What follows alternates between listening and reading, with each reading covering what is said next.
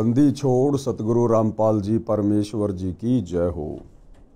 परम पिता परमात्मा सारी सृष्टि के रचनहार कुल मालिक असंख्य ब्रह्मांडों के स्वामी जगत गुरु तीनों लोकों में प्रवेश करके सबका धारण पोषण करने वाले राजाधीराज आत्माधार नाथों के नाथ देवों के देव महादेव सर्वेश्वर महेश्वर मृत्युंजय अजरो अमर आदि अनादि सनातनी प्रभु जगत पिता जगदीश्वर श्री श्री 1008 की उपाधि के वास्तविक अधिकारी अकाल मूर्त सौद स्वरूपी राम वासुदेव सर्वगतम ब्रह्म परम पूज्य प्रथम पूज्य परम संत परम पुरुष परम धनी परम दयालु सत्य कबीर हक्का कबीर अल्लाहु कबीर अल्लाहु अकबर बाखबर अल्लाह ताला जगत के तारणहार जगत के मुक्तिदाता जगत के जगन्नाथ हारे के सहारे हिंदुओं के राम मुसलमानों के अल्लाह सिखों के वायुगुरु ईसाइयों के मसीह दया के सागर दयानिधि करुणा के सागर करुणानिधि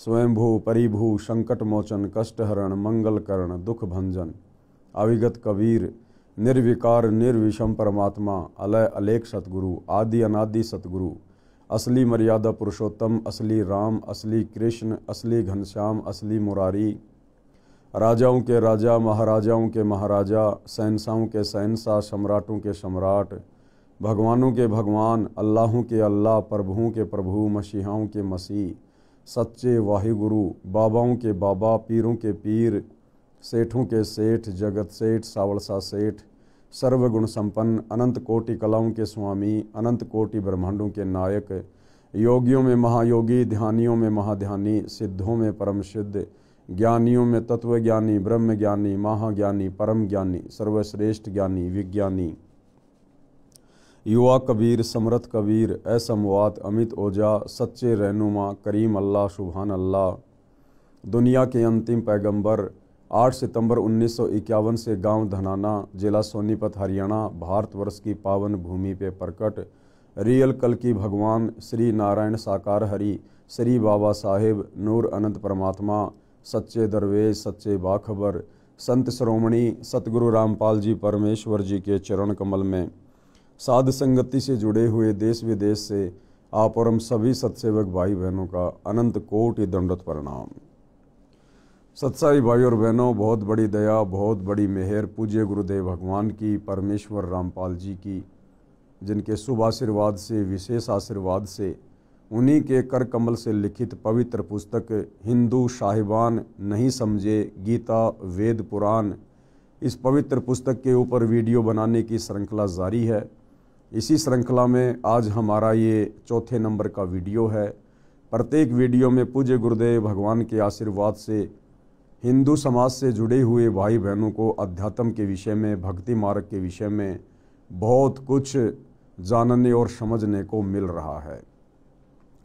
तो भाई और बहनों, अब हम इस पवित्र पुस्तक पर आगे बढ़ते हैं।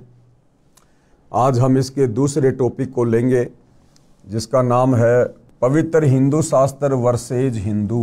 आज हमारा मुख्य विषय क्या है, यानी जो पवित्र हिंदू समाज है वो अपने पवित्र सदग्रंथों के अनुसार सतभक्ति कर रहा है या नहीं कर रहा है। हिंदू धर्म के पवित्र शास्त्र कौन कौन से हैं, उन पवित्र शास्त्रों में अध्यात्म के विषय में क्या लिखा हुआ है, भक्ति और भगवान के विषय में क्या दिशा निर्देश हैं, और हिंदू समाज उन शास्त्रों के अनुसार भक्ति कर रहा है या नहीं कर रहा है। हिंदू धर्म को सनातन धर्म तथा वैदिक धर्म भी कहा जाता है। पवित्र हिंदू धर्म के मुख्य शास्त्र।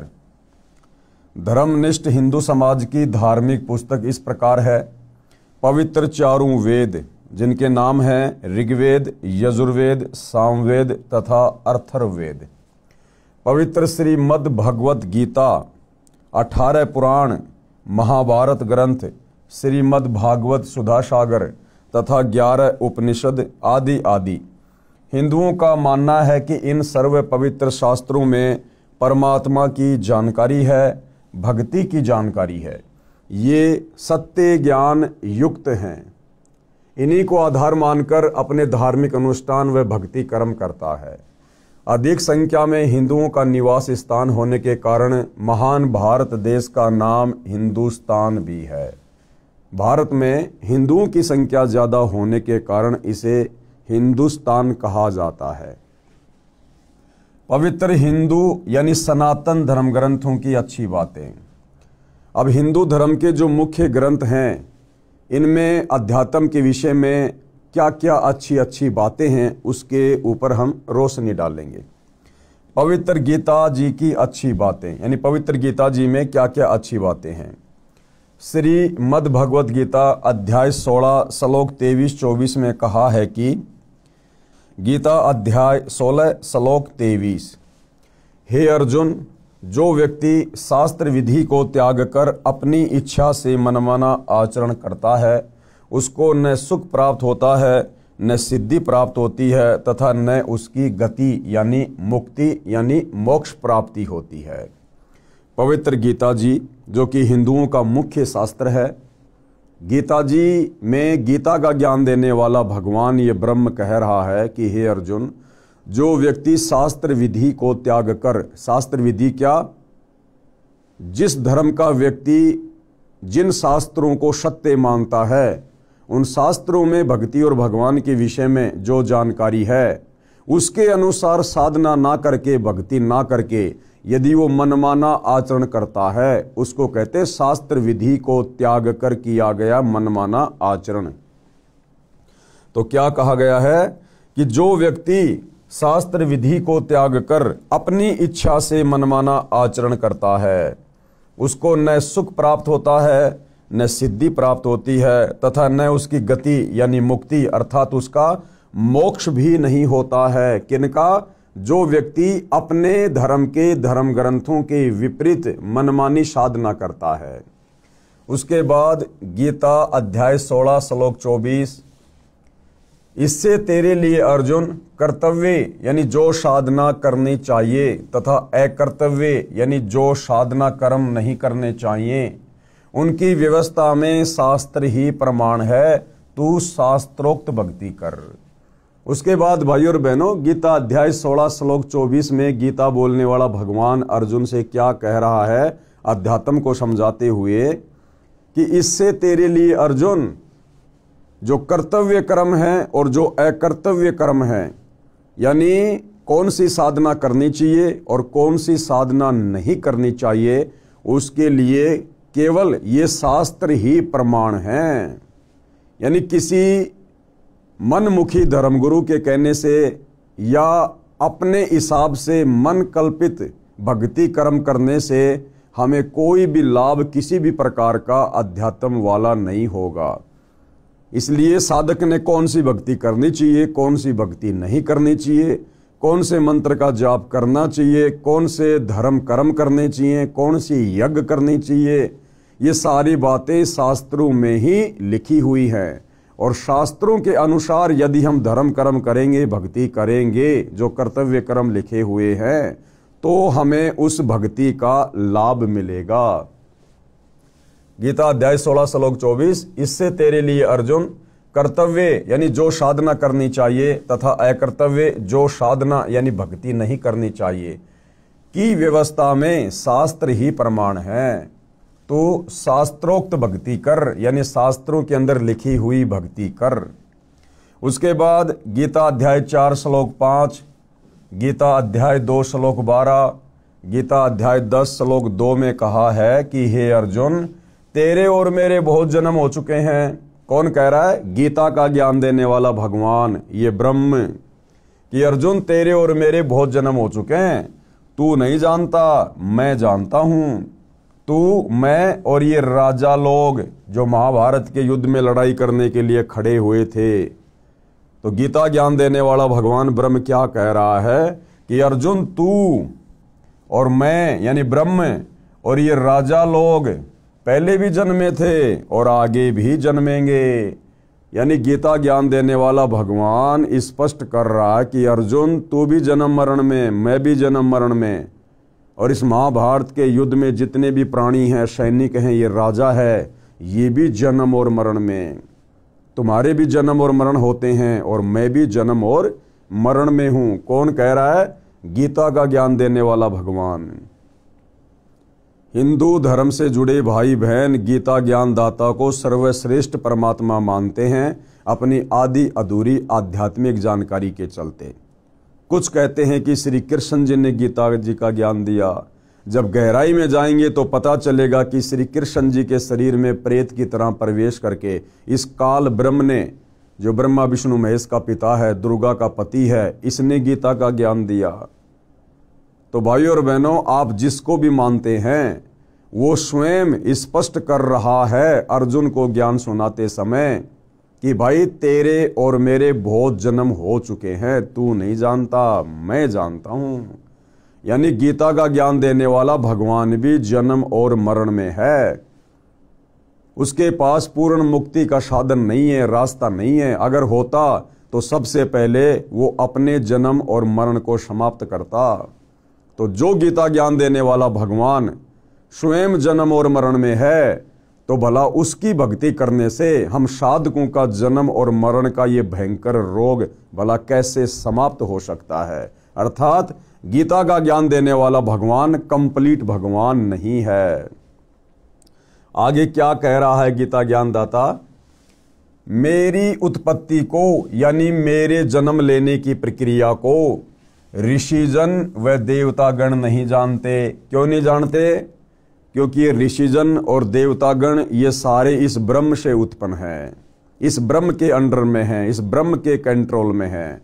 इसलिए ये ऋषिगण और ये देवतागण उस ब्रह्म के विषय में भली भांति नहीं जानते हैं। मेरी उत्पत्ति को ऋषिजन व देवतागण नहीं जानते क्योंकि ये मेरे से उत्पन्न हुए हैं। स्पष्ट है कि गीता ज्ञान कहने वाला नाशवान है। अब भाइयों और बहनों, गुरुदेव सत्संग में बताते हैं कि बाप की उत्पत्ति को बेटा बेटी नहीं बता सकते, बाप की डेट ऑफ बर्थ बेटा बेटी नहीं बता सकते। बाप की डेट ऑफ बर्थ को, उसके जन्म को, उसकी उत्पत्ति को दादाजी बताता है। तो इसी प्रकार 21 ब्रह्मांड में ये जितने भी देवी देवता हैं, साधु संत महात्मा हैं, ऋषि हैं, साधक हैं, ये सब इस काल से उत्पन्न है, इस ब्रह्म से उत्पन्न है। गीता ज्ञान दाता ब्रह्म से उत्पन्न है। इसलिए काल की उत्पत्ति के विषय में इनको स्पष्ट ज्ञान नहीं है। लेकिन वो परम अक्षर ब्रह्म कबीर देव सत्य पुरुष जो सतलोक में रहता है, वो सबका दादा है, सबका दादा।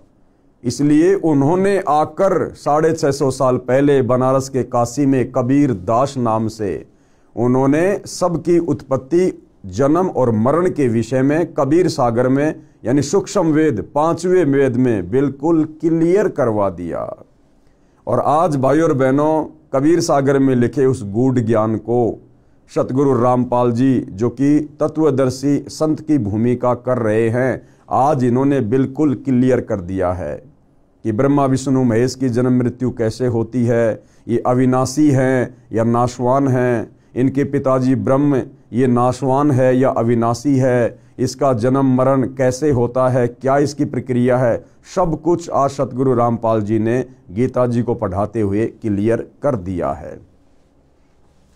गीता अध्याय 2 श्लोक 17, गीता अध्याय 15 श्लोक 17 में कहा है कि हे अर्जुन, अविनाशी तो उसको जान जिसे मारने में कोई सक्षम नहीं है। यानी गीता ज्ञान देने वाला ये ब्रह्म काल भगवान ये स्वयं स्वीकार कर रहा है कि अर्जुन, अविनाशी तो उसको जान। अविनाशी कौन? जिसको मारने में कोई भी सक्षम ना हो। कि अविनाशी तो उसको जान जिसे मारने में कोई सक्षम नहीं है। तो गीता का ज्ञान देने वाला ये भगवान ब्रह्म अपने से अन्य किसी और परमात्मा को अविनाशी कह रहा है। अर्थात गीता ज्ञान देता सुप्रीम गॉड नहीं है। हे अर्जुन, अविनाशी तो उसको जान जिसे मारने में कोई सक्षम नहीं है, जिससे सारा संसार व्याप्त है। यानी जिस परम अक्षर ब्रह्म ने, अविनाशी कबीर ने सारी सृष्टि को रचा है, यानी जिसने संसार की उत्पत्ति की है, जो तीनों लोकों में प्रवेश करके सबका धारण पोषण करता है, परमात्मा कहा जाता है। यानी असल में तो परमात्मा वो है जो तीनों लोकों में प्रवेश करके सबका धारण पोषण करता है। अविनाशी परमेश्वर है, वह उत्तम पुरुष है तू अन्य, यानी गीता अध्याय 15 श्लोक 17 में कहा गया है कि उत्तम पुरुष है तू अन्य परमात्मा इति उदाहरते, यानी उत्तम पुरुष सर्वश्रेष्ठ परमात्मा उसे इस कारण से कहा जाता है। पुरुषोत्तम यानी समर्थ श्रेष्ठ परमात्मा तो मेरे से अन्य ही है। कौन कह रहा है? गीता का ज्ञान देने वाला कह रहा कि समर्थ श्रेष्ठ परमात्मा तो मेरे से अन्य है। जो परमात्मा कहलाता है वह अविनाशी परमेश्वर है।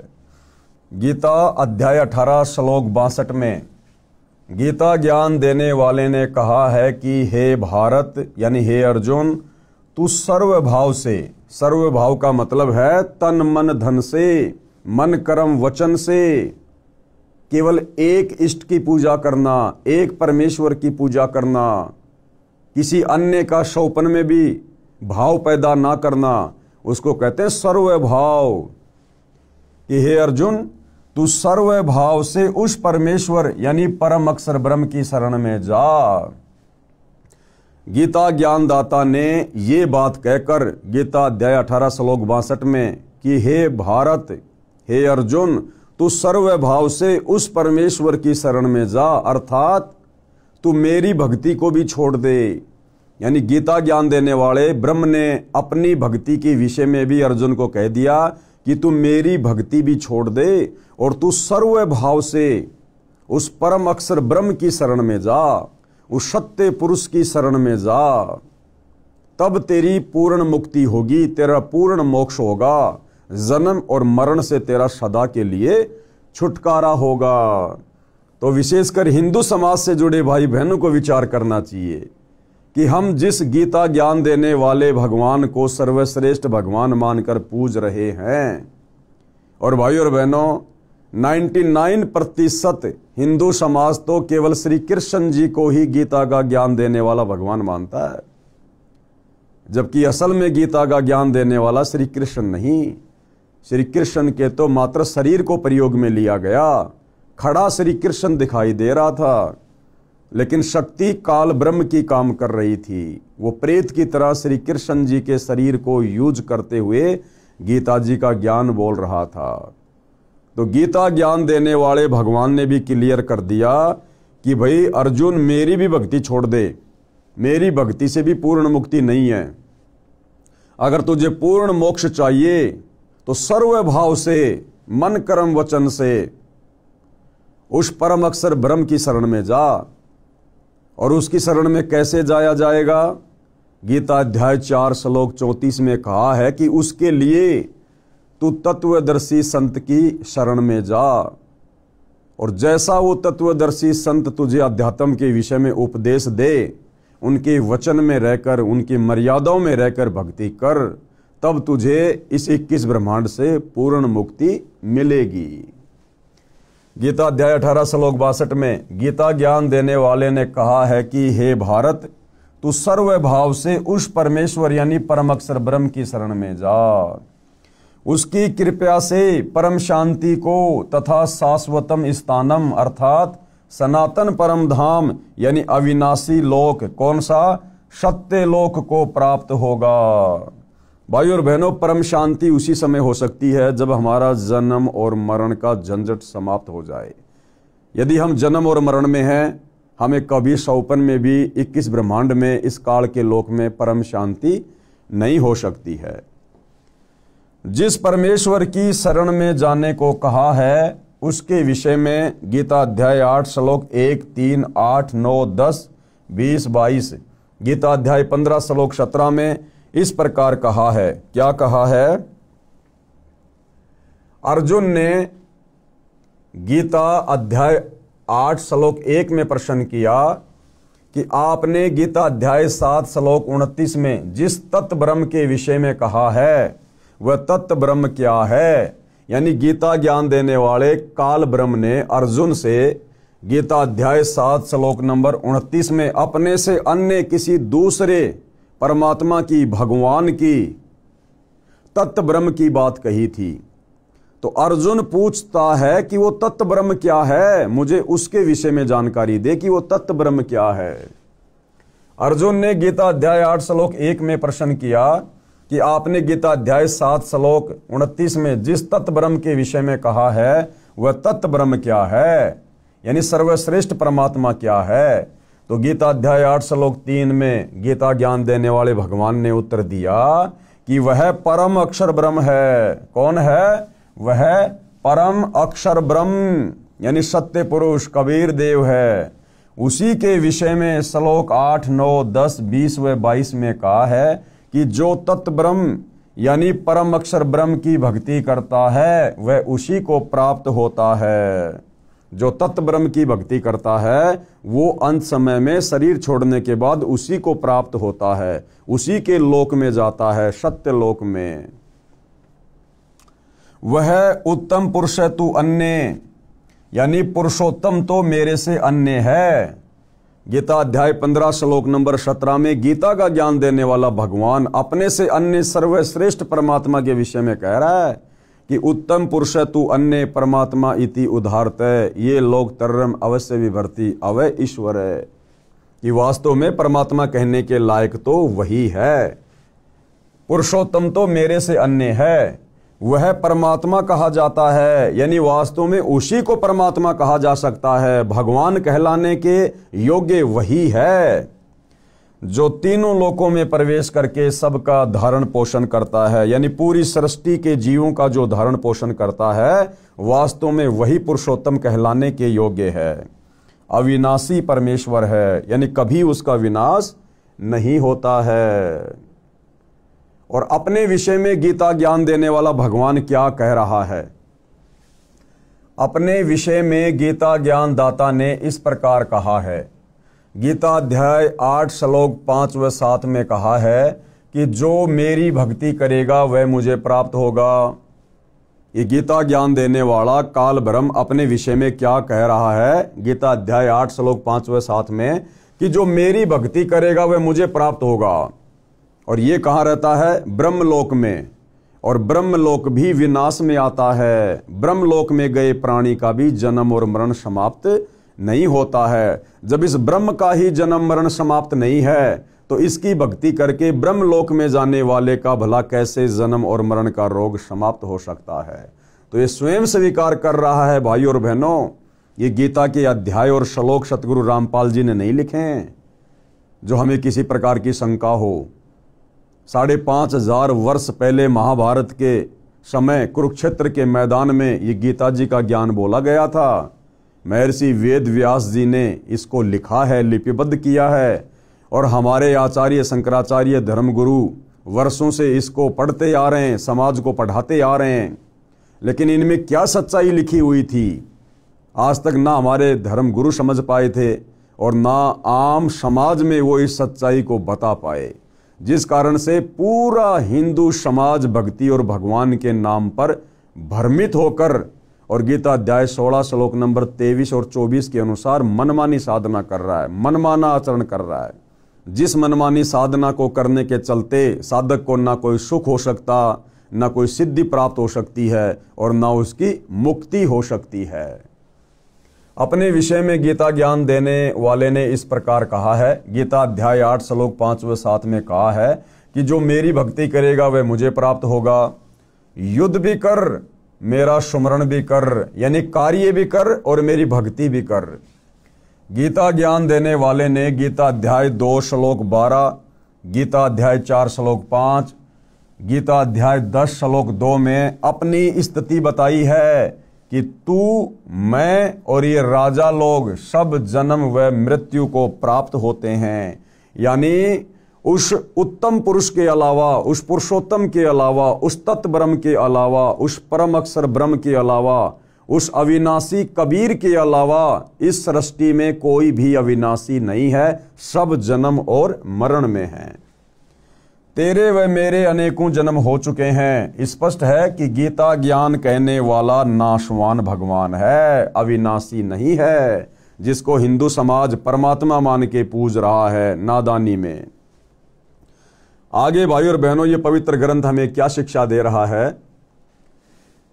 गीता शास्त्र में पितर व भूत पूजा, देवताओं की पूजा निषेध कही गई है। यानी पवित्र गीता जी में भूत पूजा यानी ये श्राद्ध निकालना, हम अपने पूर्वजों के जो श्राद्ध निकालते हैं या निकाला करते थे, ये श्राद्ध निकालना भूत पूजा में आता है।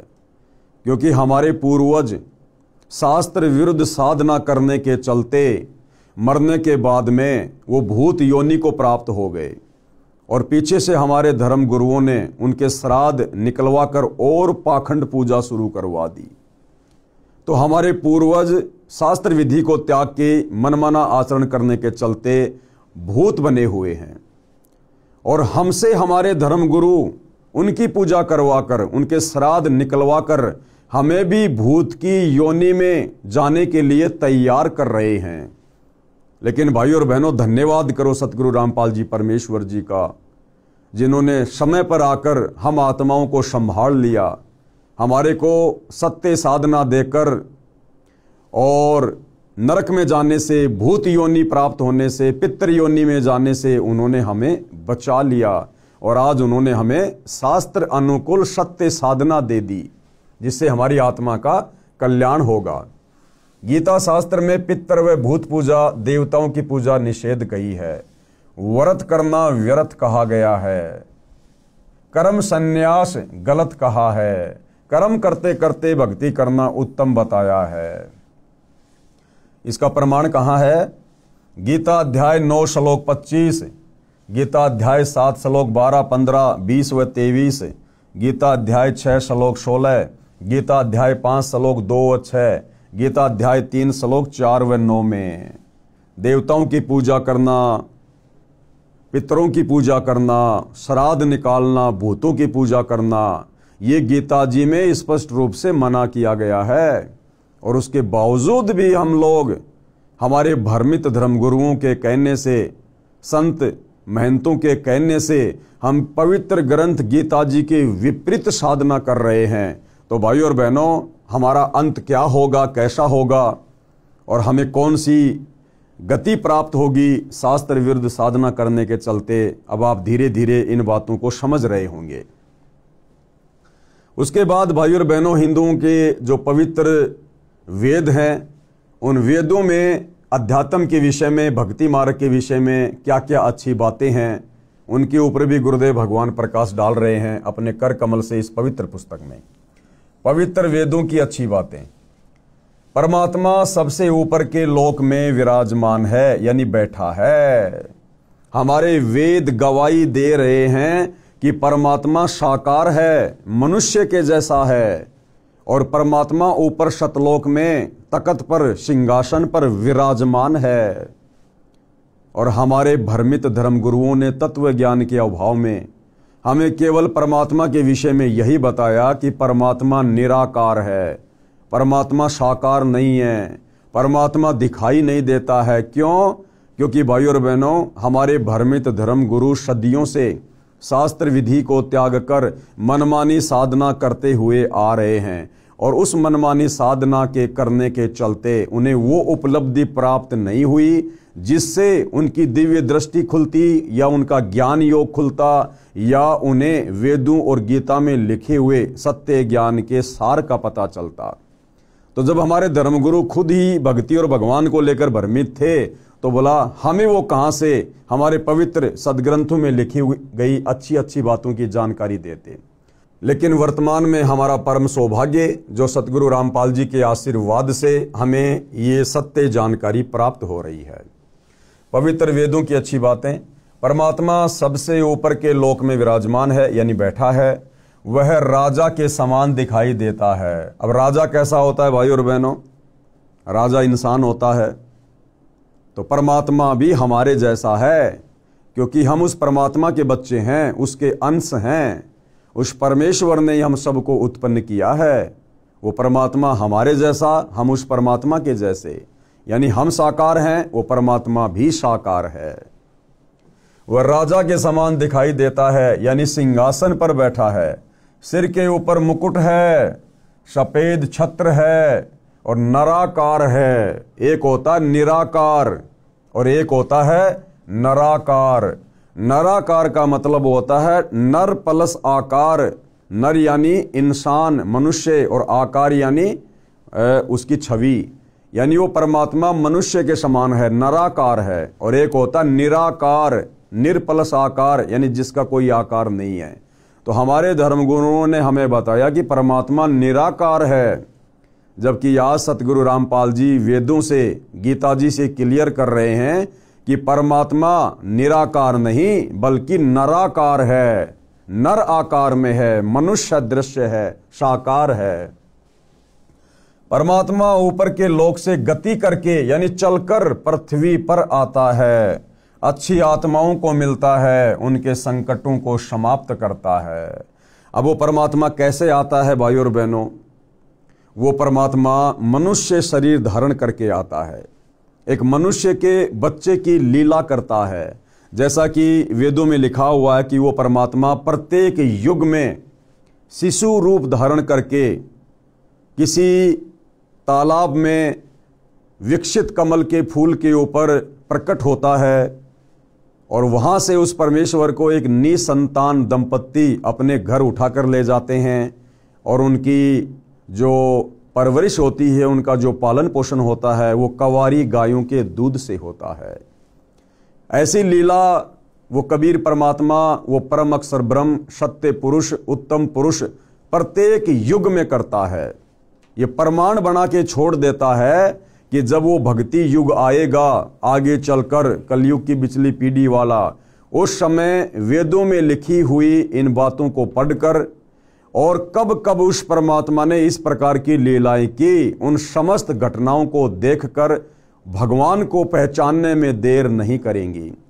तो भाइयों और बहनों, वेदों में परमात्मा के प्रकट होने की जो लीलाएं लिखी हुई हैं, उन लीलाओं के अंतर्गत केवल कबीर परमात्मा ही फिट बैठते हैं, ना श्री रामचंद्र जी फिट बैठते हैं, क्योंकि रामचंद्र जी किसी तालाब में विकसित कमल के फूल पर शिशु रूप में प्रकट नहीं हुए, वे तो कौशल्या के गर्भ से जन्मे थे।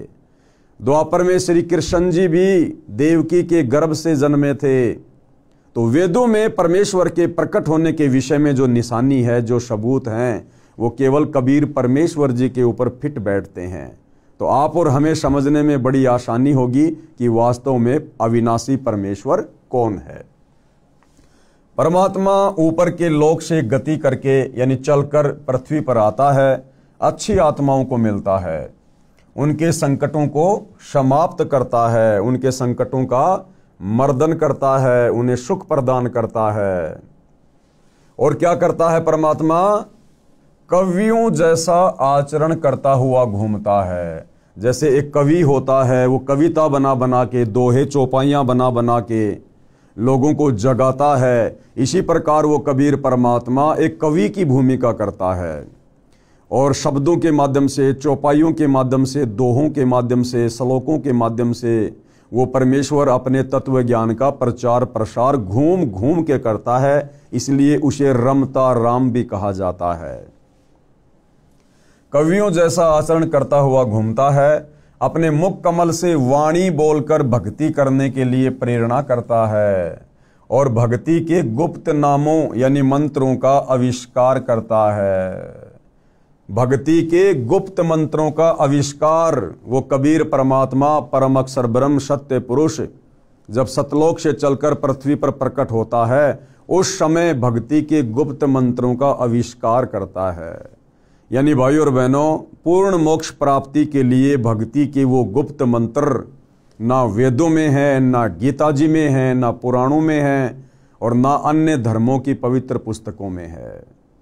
उन गुप्त मंत्रों का आविष्कार यानी सार नाम का, सार शब्द का आविष्कार वो परमेश्वर स्वयं करता है, जब वो तत्वदर्शी संत के रूप में धरती पर प्रकट होकर अपने ज्ञान का प्रचार प्रसार करता है। तो इससे सिद्ध हुआ कि वर्तमान में पूर्ण मुक्ति के वो मोक्ष मंत्र केवल तत्वदर्शी संत सतगुरु रामपाल जी के पास हैं। अन्य यहाँ के किसी भी आचार्य शंकराचार्य को तो छोड़िए, ब्रह्मा विष्णु महेश और 21 ब्रह्मांड के स्वामी ये गीता ज्ञान देने वाले काल ब्रह्म के पास भी नहीं है। परमात्मा तत्व ज्ञान यानी संपूर्ण अध्यात्म ज्ञान को, कौन सा संपूर्ण अध्यात्म ज्ञान? जो संपूर्ण अध्यात्म ज्ञान चारों वेदों में, गीता जी में, 18 पुराणों में, मुसलमान भाइयों की तौरात, जबूर, इंजिल, कुरान मजीद, कुरान शरीफ, हदीसें, ईसाइयों की बाइबल, सिखों का गुरु ग्रंथ साहिब, इनमें भी नहीं है। उस तत्व ज्ञान को वो परमात्मा नीचे आकर अपने मुख कमल से वाणियों के माध्यम से बोलता है। परमात्मा तत्व ज्ञान यानी संपूर्ण अध्यात्म ज्ञान को काव्यना यानी कवित्व यानी दोहों, शब्दों, चौपाइयों के रूप में बोलता है। जैसे 650 साल पहले कबीर परमात्मा हाथ में एक तारा लेकर कहीं किसी भी चौराहे पर खड़े होकर ये अध्यात्म ज्ञान, ये तत्व ज्ञान दोहों के माध्यम से, शब्दों के माध्यम से, चौपाइयों के माध्यम से बोलने लग जाया करते थे। इस कारण से प्रसिद्ध कवियों में से एक कवि की उपाधि भी प्राप्त करता है। अब भाइयों और बहनों, बहुत कवि हुए हैं। तुलसीदास जी भी एक कवि थे, कालिदास जी भी एक कवि थे, सूरदास जी भी एक कवि थे, बहुत सारे कवि हुए हैं। लेकिन किसी भी कवि का कोई शिष्य आपको सुनने और देखने को नहीं मिलेगा। केवल कबीर परमेश्वर ही वास्तव में रियल कवि की भूमिका निभाते हैं। और 650 साल पहले उस परमेश्वर के 64 लाख शिष्य थे, अन्यथा अन्य किसी भी कवि के आपको कोई भी शिष्य सुनने और देखने को नहीं मिलेंगे। इस कारण से प्रसिद्ध कवियों में एक कवि की उपाधि भी प्राप्त करता है। यानी उसी कारण से परमात्मा कवि भी कहलाता है। कौन से कारण से? अपने तत्व ज्ञान को ऊंची आवाज में बोल बोल के, दोहों, चौपाइयों, शब्दों के माध्यम से सुनाने के कारण उस परमेश्वर को कवि की उपाधि भी दी गई है। अब भाइयों और बहनों, वो कबीर परमेश्वर कैसे 3 प्रकार से लीला करता है, सतलोक से चलकर इस पृथ्वी लोक पर प्रकट होने की, यहां आने की। कौन कौन सी वो 3 लीलाएं हैं जिनको आधार बनाकर परमात्मा इस पृथ्वी पर प्रकट होकर अपने ज्ञान का प्रचार करता है। परमेश्वर 3 प्रकार की लीला करता है। सबसे पहले, प्रत्येक युग में अपने लोक से सशरीर आकर किसी सरोवर में कमल के फूल पर नवजात शिशु के रूप में विराजमान होता है। उस शिशु की परवरिश यानी पोषण की लीला कवारी गायों द्वारा होती है। बड़ा होकर तत्व ज्ञान प्रचार करता है। तो पहले आपको बता दिया गया है कि ना राम, ना श्री कृष्ण, ना ब्रह्मा विष्णु महेश, ना अन्य अवतार वेदों में लिखी गई परमात्मा के प्रकट होने की लीला के अनुसार इनमें कोई भी फिट नहीं बैठता है। केवल कबीर परमेश्वर ही हैं जो चारों युगों में इस प्रकार की लीला करके प्रकट होते हैं। उसके बाद उस परमेश्वर की जो परवरिश की लीला होती है वो कवारी गायों के दूध से होती है। यानी कवारी गाय दूध देती है जिससे परमेश्वर की परवरिश की लीला होती है। अब रामचंद्र जी की परवरिश, श्री कृष्ण जी की परवरिश, अन्य अवतारों की परवरिश, ब्रह्मा विष्णु महेश की परवरिश कवारी गायों से नहीं हुई।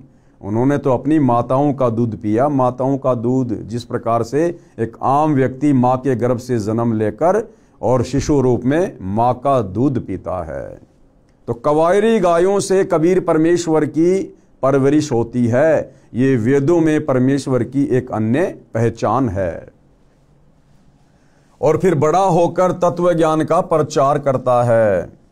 नंबर 2, दूसरी क्या विधि है, क्या पहचान है परमेश्वर की पृथ्वी पर प्रकट होने की? परमात्मा कभी भी किसी स्थान पर प्रकट होकर भक्तों को वेश बदल कर मिलता है, उनकी रक्षा करता है, भक्ति का सच्चा मार्ग बताता है। दूसरी विधि क्या है? वो परमात्मा किसी भी रूप में, किसी भी आयु में, कहीं भी प्रकट होकर संत रूप में, सामान्य व्यक्ति के रूप में, राजा के रूप में, वो परमात्मा किसी भी उम्र में और किसी भी शक्ल में प्रकट होकर अपने भक्तों की रक्षा करता है। या 10, 15, 20, 50 वर्ष कहीं आश्रम बनाकर वो परमेश्वर वहां रहकर लोगों को अपना तत्व ज्ञान सुनाता है। नंबर 3, तीसरी क्या विधि है परमात्मा के प्रकट होने की? वेश बदलकर किसी स्थान पर संत वेश में कुछ समय रहता है, वहां कुटिया या आश्रम बनाकर अच्छी आत्माओं को भक्ति की सच्ची विधि व तत्व ज्ञान सुनाता है। यह तीसरी विधि है परमपिता परमेश्वर कबीर साहिब के प्रकट होने की। उसके बाद भाई और बहनों, पूज्य गुरुदेव भगवान बता रहे हैं कि जो 18 पुराण हैं, उन पुराणों में भक्ति से संबंधित, अध्यात्म से संबंधित अच्छी अच्छी बातें क्या हैं। पुराणों की अच्छी बातें। सब तीर्थों में श्रेष्ठ तीर्थ चित्त शुद्धि तीर्थ है। ये चित्त शुद्धि तीर्थ क्या है? यानी जो हमारे मन के मैल को समाप्त कर दे, वो तीर्थ जो हमारे मन के मैल को समाप्त कर दे, आत्मा के विकारों को हटा दे और हमें एक नेक इंसान बना दे, उसको कहते हैं चित्त शुद्धि तीर्थ। और भाइयों और बहनों, ये चित्त शुद्धि का कार्य केवल परम संत, तत्वदर्शी संत के सत्संग रूपी तीर्थ में डुबकी लगाने से ही सफल हो सकता है।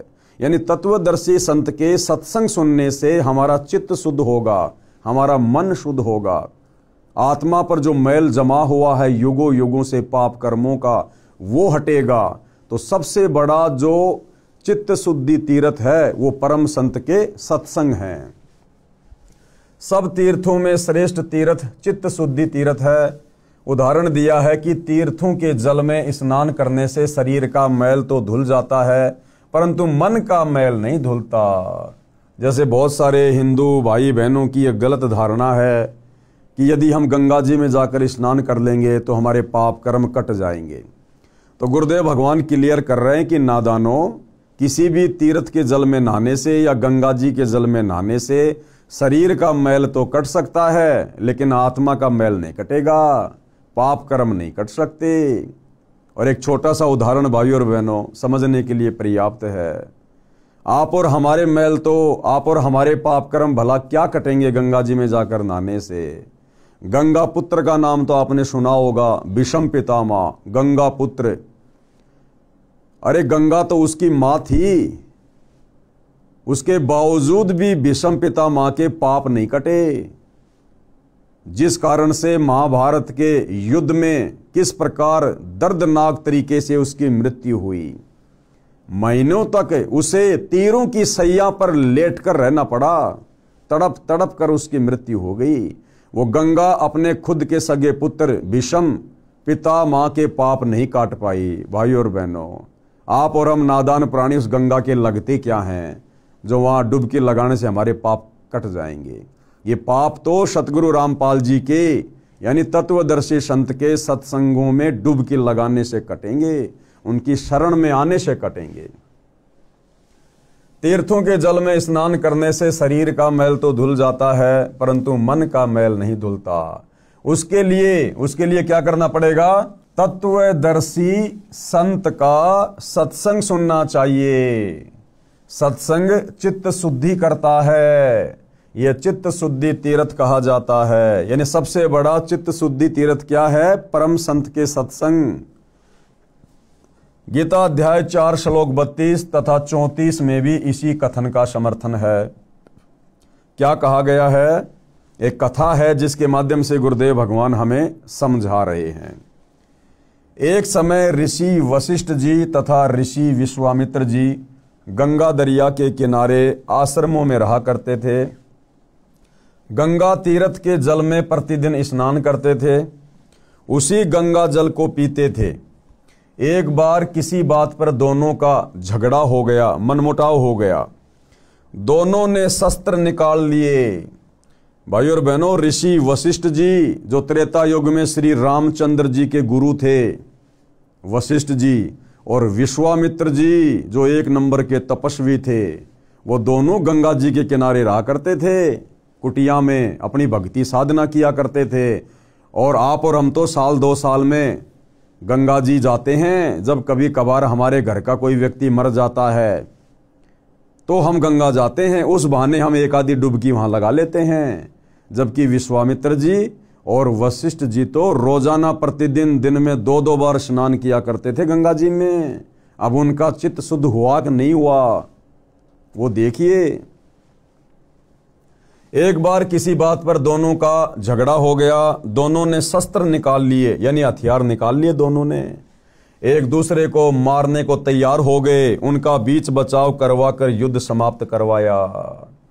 अब बताओ, उस गंगा जी के स्नान ने वशिष्ठ और विश्वामित्र जैसे ऋषियों का भी चित्त शुद्ध नहीं किया। अगर उनका चित्त शुद्ध हो गया होता तो जिस व्यक्ति का चित्त शुद्ध हो जाता है, जिसकी आत्मा निर्मल हो जाती है, जिसको तत्व ज्ञान हो जाता है, वो व्यक्ति कभी जीवन में शस्त्र नहीं उठा सकता। वो व्यक्ति कभी किसी को मारने मरने के लिए हथियार नहीं उठा सकता। और दोनों इतने बड़े महर्षि, और उसके बावजूद भी उन्होंने हथियार उठा लिए, एक दूसरे को मरने मारने को तैयार हो गए। तो कहां से उनका चित्त शुद्ध हुआ होगा? तो गुरुदेव भगवान हमें यह समझाना चाहते हैं कि नादानों, मात्र गंगा जी में नहाने से चित्त शुद्ध नहीं होता, पाप नहीं कटते। ये पाप कटेंगे परम संत की शरण में आकर शास्त्र अनुकूल सत भक्ति करने से, यथार्थ धर्म कर्म करने से, गुरु आज्ञा गुरु वचन में रहकर सत भक्ति करने से। एक बार किसी बात पर दोनों का कलेश हो गया, दोनों ने शस्त्र निकाल लिए, एक दूसरे को मारने को तैयार हो गए। उनका बीच बचाव करवाकर युद्ध समाप्त करवाया। अब भाइयों और बहनों, आप और हम सतगुरु रामपाल जी परमेश्वर जी के यथार्थ 13वें कबीर पंथ से जुड़े हुए कबीर पंथियों को भी शिक्षा लेनी चाहिए। आज सतगुरु रामपाल जी परमेश्वर जी अपने मिशन के तहत सन 2014 से वर्तमान समय 2025 तक हिसार जेल में बैठे हुए हैं। और परमेश्वर जी ने सन 1994 से अपने यथार्थ 13वें कबीर पंथ की शुरुआत की, हम आत्माओं का चित्त शुद्ध करने के लिए, हमारे पाप कर्मों को काटने के लिए। हमने उनकी शरण ग्रहण की, हम उनके भगत कहलाते हैं। लेकिन भाइयों और बहनों, वर्तमान 2025 तक कितनी आत्माओं का चित्त शुद्ध हो पाया है? आज आप देख रहे हैं सतगुरु रामपाल जी परमेश्वर जी की संगत में 2 पार्ट हैं। एक सतलोक आश्रम मैनेजमेंट हरियाणा और दूसरा साध संगति से जुड़े हुए सत्सेवक भाई बहन।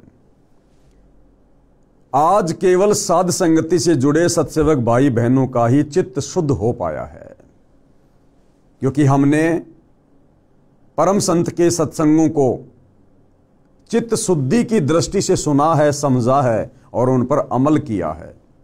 तो गुरु ने हमारे ऊपर आशीर्वाद बख्शा, गुरु हमारे ऊपर प्रसन्न हुए, उन्होंने अपना आशीर्वाद दिया, अपनी दया बख्शी, तो आज हमारा चित्त शुद्ध हुआ।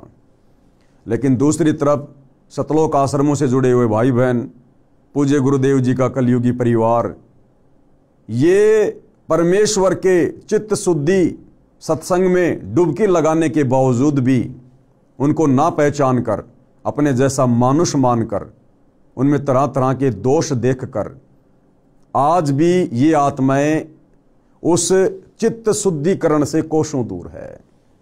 और किस प्रकार से सतलोक आश्रमों से जुड़े भाई बहन, गुरुदेव का कलयुगी परिवार बात बात पर साध संगति से जुड़े भगत भाई बहनों के साथ में झगड़ा करता है, घरों में घुसकर हथियार उठाकर उन्हें मारता है। तो भाई और बहनों, ये चित्त शुद्धिकरण सतगुरु रामपाल जी परमेश्वर जी के मार्ग में, उनके पंथ में केवल साध संगति से जुड़ी हुई आत्माओं का ही हो पाया है। सूक्ष्म वेद में कहा है कि कबीर गंगा काठे घर करे, गंगा काठे यानी गंगा के किनारे चाहे घर बना लो और पीवे निर्मल नीर, और चाहे सुबह शाम रोजाना गंगा जी का पानी पियो, और मुक्ति नहीं सतनाम बिन कहे सच कबीर। भाई चाहे गंगा जी के किनारे महल बना लो, झोपड़ी डाल लो और रोजाना गंगा जी का निर्मल जल पियो। अगर आपने सच्चे सतगुरु तत्वदर्शी संत से वो 2 अक्षर का सतनाम सत भक्ति मंत्र प्राप्त नहीं किया और उस तत्वदर्शी संत के बताए अनुसार मर्यादा में रहकर साधना नहीं की, तो कबीर परमात्मा कहते हैं कि चाहे तू लाख जन्म गंगा जी का जल पीते रहना और गंगा जी के किनारे जाके बस जाना, तेरी मुक्ति नहीं हो सकती। गरीब गंगा काठे घर करे पीवे निर्मल नीर, और मुक्ति नहीं सतनाम बिन कहे सत्य कबीर। कबीर तीर्थ कर कर जगमुआ, ये तीर्थों पे जा जाके दुनिया मर गई, भूत बन गई, नरक में जागिरी। तीर्थ कर कर जगमुआ, उड़े पानी नहाए, उन तीर्थों के पानी में नहा नहा के। और सत्य नाम जपा नहीं काल घसीटे जाए, बिना सत्य नाम के जाप के अंत में उन तीर्थों पर जाकर स्नान करने वालों को भी काल ही घसीटता है, लक 84 में डालता है, नरक में डालता है। अब गुरुदेव भगवान इस चौपाई का अर्थ कर रहे हैं, अर्थात गंगा नदी के किनारे निवास करें, मोक्षदायिनी मानकर तथा गंगा का निर्मल पानी पीते हैं, परंतु भक्ति के सत्य शास्त्र प्रमाणित नाम बिना मोक्ष संभव नहीं है। शास्त्रों में भक्ति का जो सत मंत्र है, उसके सुमरण किए बिना, उसके जाप किए बिना सच्चे सतगुरु से लेकर भाई मुक्ति संभव नहीं है, व्यर्थ प्रयत्न है। उसके बाद गुरुदेव भगवान हमें क्या बताते हैं? कबीर परमेश्वर जी आगे बताते हैं कि भ्रमित ज्ञान के आधार से, कौन से ज्ञान के आधार से? भ्रमित ज्ञान के आधार से संसार के व्यक्ति तीर्थों पर जाते हैं, आजीवन ये साधना करते हैं, जब मृत्यु हो जाती है तो उनको राहत उस साधना से नहीं मिलती। आप देखते हो भाई और बहनों, ऐसे अच्छे अच्छे भगत, अच्छे अच्छे साधक जो शास्त्र विधि को त्याग के मनमानी साधना करते हैं, पूजा पाठ करते हैं बहुत ज्यादा, और अंत में उनकी ऐसी दुर्गति से मृत्यु होती है, कोई उनकी टेक केयर करने वाला भी नहीं होता, हॉस्पिटलों में सड़ सड़ के मरते हैं। तो गुरुदेव भगवान कह रहे हैं कि सतनाम के जाप बिना और सच्चे सतगुरु की शरण में आकर भक्ति किए बिना भैया आप चाहे कितने भी यत्न और प्रयत्न कर लेना, मुक्ति नहीं है, दुर्गति पीछा नहीं छोड़ सकती। आजीवन ये साधना करते हैं, जब मृत्यु हो जाती है तो उनको राहत उस साधना से नहीं मिलती। काल के दूत उनको बलपूर्वक यानी जबरदस्ती घसीट कर खींच कर ले जाते हैं और दंडित करते हैं।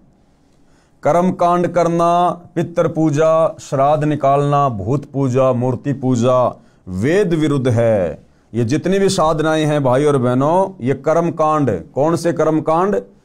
ये पितर पूजना, श्राद्ध निकालना, भूत पूजा, मूर्ति पूजा, चौराहे की पूजा, पेड़ पौधों की पूजा, मूर्ति पूजा, ये सब वेद विरुद्ध है, यानी शास्त्रों के विरुद्ध है, और अज्ञानतावश समाज इसे कर रहा है।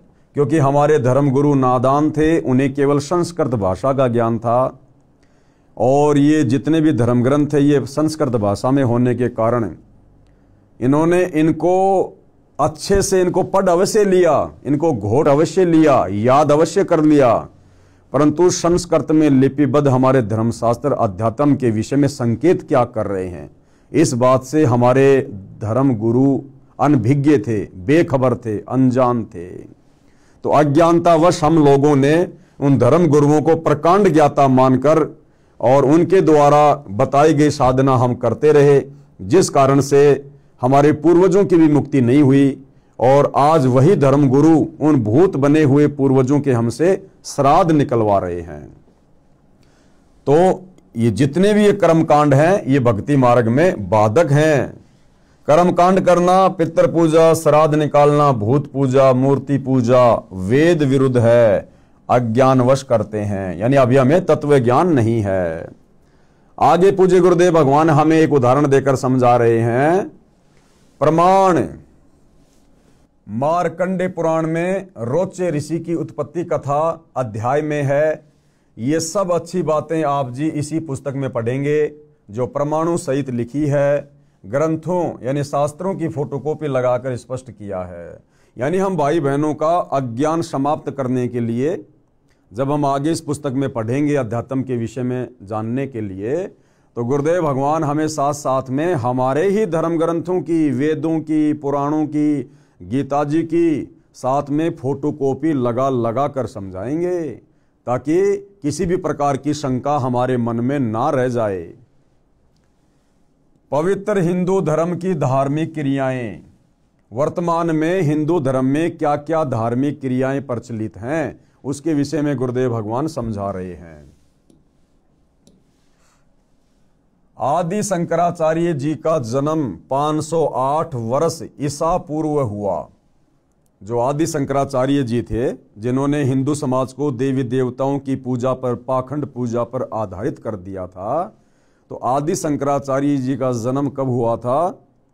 ईसा यानी ईसा मसीह के जन्म से 508 वर्ष पहले। आदि शंकराचार्य जी का जन्म 508 वर्ष ईसा पूर्व हुआ, यानी 2013 से गिने तो 2521 वर्ष पूर्व हुआ, क्योंकि ये पवित्र पुस्तक सतगुरु रामपाल जी ने 2013 में लिखी थी, सतलोक आश्रम बरवाला में। तो 2013 से यदि हम आदि शंकराचार्य जी के जन्म की काउंटिंग करें तो 2521 वर्ष पहले हुआ। उन्होंने जो भक्ति मार्ग बताया है उसका अनुसरण पवित्र हिंदू समाज वर्तमान में कर रहा है। यानी आदि शंकराचार्य जी के द्वारा जो देवी देवताओं की साधना बताई गई थी, जो कर्म कांड बताए गए थे, उसी को वर्तमान का हिंदू समाज फॉलो कर रहा है। श्री ब्रह्मा जी, श्री विष्णु जी तथा श्री शिव जी को आदरणीय भगवान मानते हैं। मूर्ति पूजा भी अवश्य करते हैं, जबकि वेदों में ना तो ब्रह्मा विष्णु महेश की पूजा का विधान है, ना गीता में है, ना मूर्ति पूजा का वेदों में कहीं कोई जिक्र है, ना गीता जी में है। पंचदेव पूजा का विधान है, जिसमें ये तीनों देवता भी हैं, इनकी पूजा करते हैं। ये भी मानते हैं कि श्री ब्रह्मा जी रजगुण है, श्री विष्णु जी सतगुण है तथा श्री शंकर जी तमगुण है। क्यों? क्योंकि ये सारी बातें हमारे पुराणों में लिखी हुई है कि श्री ब्रह्मा जी रजोगुण है, विष्णु जी सतोगुण है और श्री शंकर जी तमोगुण है। मार्कंडे पुराण में यह भी प्रमाणित किया है कि तीन प्रधान देवता हैं, रजगुण युक्त श्री ब्रह्मा जी, सतगुण युक्त श्री विष्णु जी तथा तम गुण युक्त श्री शिव शंकर जी हैं। ये ही तीन देवता हैं और ये ही तीन गुण हैं, क्योंकि ये तीनों देवता एक के गुण से युक्त हैं। हिंदू समाज का मानना है कि इन तीनों देवताओं के कोई माता पिता नहीं है।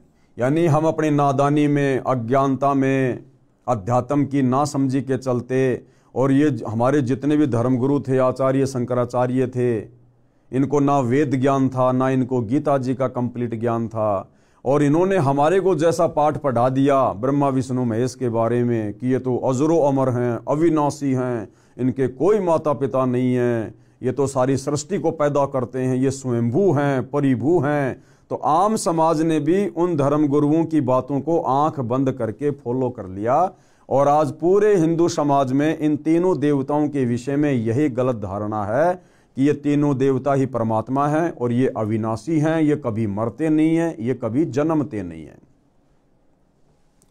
और ये भी मानते हैं कि ये कभी मरते नहीं हैं, इनका जन्म भी नहीं हुआ है, ये स्वयंभू हैं। स्वयंभू यानी स्वयं उत्पन्न होने वाला। फिर ये भी कहते हैं कि श्री ब्रह्मा जी की आयु 100 वर्ष है, जिसकी गणना इस प्रकार करते हैं। अब बताओ, एक तरफ तो कहते हैं कि तीनों देवता स्वयंभू है, अविनाशी हैं, ये मरते नहीं है, जन्मते नहीं, और फिर ये भी कहते हैं हमारे धर्मगुरु कि श्री ब्रह्मा जी की उम्र 100 वर्ष है। ब्रह्मा जी से 7 गुना ज्यादा उम्र श्री विष्णु जी की है, और विष्णु जी से 7 गुना ज्यादा उम्र श्री शंकर जी की है।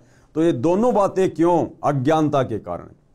अब गुरुदेव भगवान हमें बता रहे हैं कि इन तीनों देवताओं की जो आयु है, जो उम्र है, वो कितनी है और वो किस प्रकार से काउंट की जाती है। श्री ब्रह्मा जी का एक दिन 1008 चतुर्युग का है।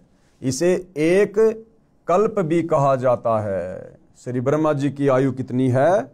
श्री ब्रह्मा जी का एक दिन 1008 चतुर्युग का है। 1008 चतुर्युग का केवल दिन रात नहीं, केवल दिन 1008 चतुर्युग का। अब भाई और बहनों, एक चतुर्युग में कितना लंबा समय होता है और फिर 1008 में कितना लंबा समय होगा, देखिएगा। श्री ब्रह्मा जी का एक दिन 1008 चतुर्युग का है। इसे एक कल्प भी कहा जाता है। एक चतुर्युग में 4 युग हैं। एक चतुर्युग में 4 युग।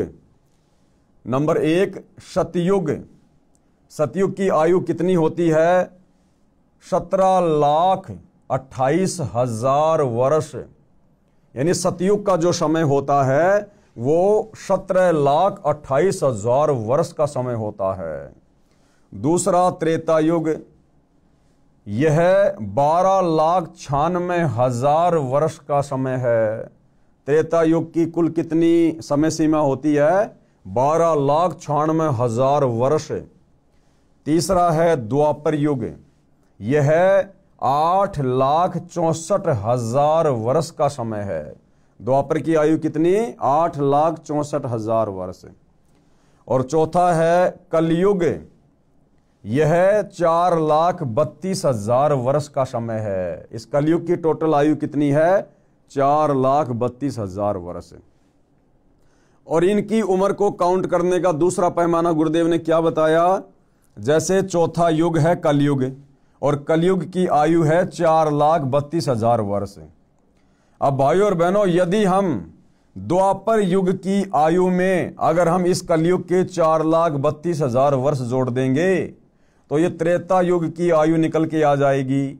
और यदि हम इस त्रेता युग की आयु में यानी 12,96,000 वर्ष में इस कलयुग के 4,32,000 वर्ष जोड़ देंगे तो सतयुग की उम्र निकल के आ जाएगी 17,28,000 वर्ष। इसको कहते हैं एक चतुर्युग, यानी चारों युगों की जो कुल मिलाकर आयु है वो है 43,20,000 वर्ष। सतयुग, त्रेतायुग, द्वापर और कलयुग, इन चारों की यदि उम्र को काउंट किया जाए तो गणित की रीति से एक चतुर्युग का समय कितना हुआ? 43,20,000 वर्ष। एक चतुर्युग का समय कितना? 43,20,000 वर्ष। और ऐसे ऐसे 1,008 चतुर्युग का श्री ब्रह्मा जी का दिन है, और इतनी ही उसकी रात्रि, यानी 1,008 चतुर्युग का ब्रह्मा जी का दिन और 1,008 चतुर्युग की ब्रह्मा जी की रात्रि। लेकिन गुरुदेव भगवान ने इसको हमें समझाने के लिए 1,000 से जोड़ा है सीधा सीधा, कि मान लो 1,000 चतुर्युग का दिन और 1,000 चतुर्युग की रात्रि ब्रह्मा जी की, यानी ब्रह्मा जी के 24 घंटे 2,000 चतुर्युग। और फिर 30 दिन का महीना, 30 दिन का महीना ब्रह्मा जी का, और 12 महीनों का एक वर्ष ब्रह्मा जी का, और ऐसे ऐसे 100 वर्ष ब्रह्मा जी की आयु है। इतना लंबा ब्रह्मा जी का समय है। उसके बाद ये ब्रह्मा जी भी ब्रह्मा जी की पदवी छोड़ते हैं, इनका शरीर नष्ट होता है, इनकी मृत्यु होती है, और फिर ये भी अपने कर्म आधार से लग 84 योनियों में जाते हैं, नरक भी भोगना पड़ता है। और जो 100 वर्ष की आयु ब्रह्मा जी की है, फिर ब्रह्मा जी से 7 गुना ज्यादा लंबी आयु श्री विष्णु जी की है, और विष्णु जी से भी 7 गुना ज्यादा लंबी आयु फिर शंकर जी की है।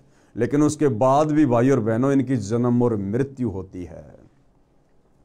तो क्या कह रहे हैं गुरुदेव? गणित की रीति से एक चतुर्युग का समय 43,20,000 वर्ष हुआ। 1,008 से गुणा करके देख लेना कितने पृथ्वी के वर्षों का एक दिन श्री ब्रह्मा जी का बनता है। गिनती भूल जाएंगे भाई और बहनों। इतने ही समय की रात्रि बताई है, यह एक दिन रात हुआ। किसका? ब्रह्मा जी का। ऐसे 30 दिन व रात का महीना, 12 महीनों का एक वर्ष, और ऐसे ऐसे 100 वर्ष की श्री ब्रह्मा जी की आयु मानते हैं। इतनी लंबी आयु है भाई और बहनों ब्रह्मा जी की, लेकिन उसके बाद भी इनकी मृत्यु होती है। जन्म और मरण इन तीनों देवताओं का भी समाप्त नहीं है। वर्तमान में श्री ब्रह्मा जी 50 वर्ष के होकर 51वें वर्ष में प्रवेश हैं, यानी ब्रह्मा जी अपनी आदि आयु भोग चुके हैं, समाप्त कर चुके हैं। हिंदू साहिबान श्री विष्णु जी तथा श्री शिव जी का जन्म मृत्यु नहीं मानते। जब चर्चा की जाती है तो तीनों को ही अजन्मा तथा अविनाशी कहते हैं। परमात्मा को निराकार बताते हैं। स्वर्ग सर्वोत्तम मोक्ष स्थान मानते हैं, यानी स्वर्ग से ऊपर हिंदू समाज के भाई बहन और कोई भी अच्छा लोक नहीं मानते। गोलोक की भी महिमा बराबर करते रहते हैं, कभी कभी ब्रह्मलोक की भी चर्चा कर लेते हैं। इसके साथ साथ अन्य देवियों और देवताओं की पूजा का तड़का साथ लगाते रहते हैं। इतनी पूजा से भी हिंदू साधकों को संतोष नहीं है। इसके साथ साथ कर्मकांड को पूजा का अहम हिस्सा मानते हैं। कर्मकांड, चौराहे की पूजा करना, ठेकरी की पूजा करना, अन्य किसी पेड़ पौधों की पूजा करना, यानी कर्मकांड भी साथ साथ में करते रहते हैं। यानी मूर्ति पूजा, पितर पूजा, यानी मूर्ति पूजा, पितर पूजा अर्थात श्राद्ध कर्म करना, भूत पूजा यानी मृत्यु के पश्चात शरीर का अंतिम संस्कार करके मरने वाले की गति यानी मुक्ति करवाने के लिए उसकी शेष बची अस्थियों को उठाकर गंगा दरिया के जल में पंडित जी अपने धार्मिक गुरु जी से परवाह करवाना। 13वां या 17वां दिन मनाना, उस दिन पंडित जी को बुलाकर पूजा पाठ करवाते हैं मृतक की गति करवाने हेतु। फिर महीना पूरा होने पर वही गति करवाने की पूजा करवाते हैं। फिर बरसी क्रिया यानी मृत्यु के 1 वर्ष पश्चात उसी तिथि को फिर गति करवाने के लिए पूजा पंडित जी से करवाते हैं। फिर पिंड भरवाए जाते हैं। गति के अर्थ ही फिर श्राद्ध करवाए जाते हैं। पितरों को तृप्त करने के लिए कहा जाता है कि कौवे को श्राद्ध भोजन अवश्य करवाना चाहिए। ये भी माना जाता है कि हो सकता है मृतक यानी मरा हुआ वो परिवार का व्यक्ति कौवा बन गया हो। गरुड़ पुराण का पाठ करवाना भी कुछ हिंदू साहिबान नहीं चूकते। मृत्यु के पश्चात मृतक के जीव की गति करवाते करवाते दुर्गति करवाकर यानी कौवा बनाकर दम लेते हैं। इतनी पूजा पाठ मरने के बाद, इतने कर्मकांड, और उसके बाद भी पंडित जी कहते हैं भैया श्राद्ध निकालो, छत पे पूरी हलवा डालो। अगर कौवे ने भोग लगा दिया तो हो सकता है तुम्हारे दादाजी, तुम्हारे पिताजी कौवा बन गए हैं। अरे भैया आप तो मुक्ति करवाने के लिए सारे कर्मकांड करवा रहे थे। मुक्ति का अर्थ है कि वो 84 लाख योनियों में ना जाए, वो नरक में ना जाए, केवल सुख में स्थान में जाए, स्वर्ग में जाए। और अंत में वही पंडित जी कहता है कि देखो देखो कौवे ने भोग लगा लिया, तुम्हारे पिताजी कौवा बन गए। यानी चले थे मुक्ति करवाने और करवा दी उस आत्मा की दुर्गति। आश्चर्य। अब गुरुदेव भगवान क्या कह रहे हैं कि पुण्यात्माओं विचार करने की बात है, थोड़े अपने दिमाग पर जोर डालो। शिक्षित हिंदू श्रद्धालु प्रतिदिन श्रीमद् भगवद गीता का पाठ करते हैं। पुराणों को पढ़ना भी हिंदू समाज की पूजा का अहम हिस्सा है। रामायण ग्रंथ व महाभारत ग्रंथ का पढ़ना सुनना मुख्य धर्म कर्म है, परंतु हिंदू श्रद्धालुओं को इन ग्रंथों का यथारूप में ज्ञान बिल्कुल भी नहीं है। यही कारण है कि ढेर सारी पूजा करके भी प्यासे ही हैं, मोक्ष नहीं है। शास्त्र विधि को त्याग के मनमानी साधना में पूरा हिंदू समाज लगा हुआ है। मंदिरों में पूजा हेतु जाना महत्वपूर्ण माना जाता है। तीर्थों पर भ्रमण करके धर्म लाभ उठाना, चारों धामों की यात्रा करके तथा कुंभ के वक्त पर भी में स्नान करके पुण्य कमाना भी नहीं चूकते, जो कि व्यर्थ की पूजा है। यानी भाइयों और बहनों, ये जितनी भी पूजा पाठ जो वर्तमान में हिंदू समाज में की जा रही है, दुनिया भर की गिनती भी नहीं है। ना पवित्र गीता जी में कहीं कोई लेख है, ना वेदों में कहीं इसका जिक्र है। सारे के सारे कर्मकांड हमारे ज्ञानहीन धर्म गुरुओं ने इन शास्त्रों की जानकारी ना होने के चलते आम समाज में उतार दी, और आम समाज बेचारा इन धर्म गुरुओं को प्रकांड ज्ञाता मानकर इनको फॉलो कर रहा है, जिस कारण से पूरे समाज की दुर्गति हुई पड़ी है। एक दिन एक हिंदू साधक से वार्ता हुई। हिंदू साधक यानी किसी हिंदू भगत से जो भक्ति करता है। एक दिन एक हिंदू साधक से वार्ता हुई। वह सुबह सुबह कई मंदिरों में जाता था। उसने ज्ञान चर्चा के दौरान बताया कि आज छुट्टी है, रविवार है। आज 4 मंदिर में गया, शमशान घाट वाले में भी गया। वे चारों शिवजी के मंदिर हैं। मैंने उससे प्रश्न किया। किसने? पूज्य गुरुदेव सतगुरु रामपाल जी कह रहे हैं कि फिर मैंने उससे सवाल किया। यानी वो जो भगत था वो कह रहा था कि आज रविवार था, छुट्टी थी, और आज मैं 4 मंदिरों में जाके आया हूँ। शमशान घाट में जो मंदिर है ना, वहाँ भी जाके आया हूँ, और अन्य जगह शिव जी के 3 मंदिर और थे, मैं वहाँ भी जाके आया हूँ। तो गुरुदेव भगवान ने उससे सवाल किया कि हे भगत, आपको प्यास लगी हो, आपको शीतल मीठे जल की 3-4 टूटी इकट्ठी लगी मिल जाए, आप एक टूटी को खोलकर जल पियोगे, प्यास बुझ जाएगी। प्यास बुझाने के पश्चात क्या आप 2 फुट पर लगी दूसरी टूटी से भी जल पियोगे? तो गुरुदेव भगवान ने उससे क्या सवाल किया कि भगत जी एक बात बता, आपको भयंकर प्यास लगी है और सामने आपने देखा कि किसी टंकी के 3-4 टूटियां लगी हुई हैं, नल लगे हुए हैं। आपने सबसे पहले वाले नल को खोल के देखा, उसमें बड़ा मीठा शीतल जल है। आपने पानी पी लिया क्योंकि आपको प्यास लग रही थी, आपकी प्यास बुझ गई। क्या आप उसी टंकी में लगी हुई 3-4 जो और नल हैं, टूटियां हैं, क्या आप उनको भी खोलोगे? तो उसने कहा कि नहीं, आवश्यकता ही नहीं है। अगर मुझे पहली टूटी में पानी मिल गया, मेरी प्यास बुझ गई, तो बाकी टूटियों को मैं क्यों खोलूंगा? मैं मूर्ख हूं क्या? तो गुरुदेव भगवान ने कहा कि हे नादान प्राणी, तू कह रहा कि आज रविवार था, छुट्टी थी, मैं 4 मंदिरों में गया। अगर तेरे को पहले मंदिर में भगवान मिल जाता, तुझे शांति मिल जाती, तो फिर बाकी 3 मंदिरों में धक्के खाने की क्या आवश्यकता थी?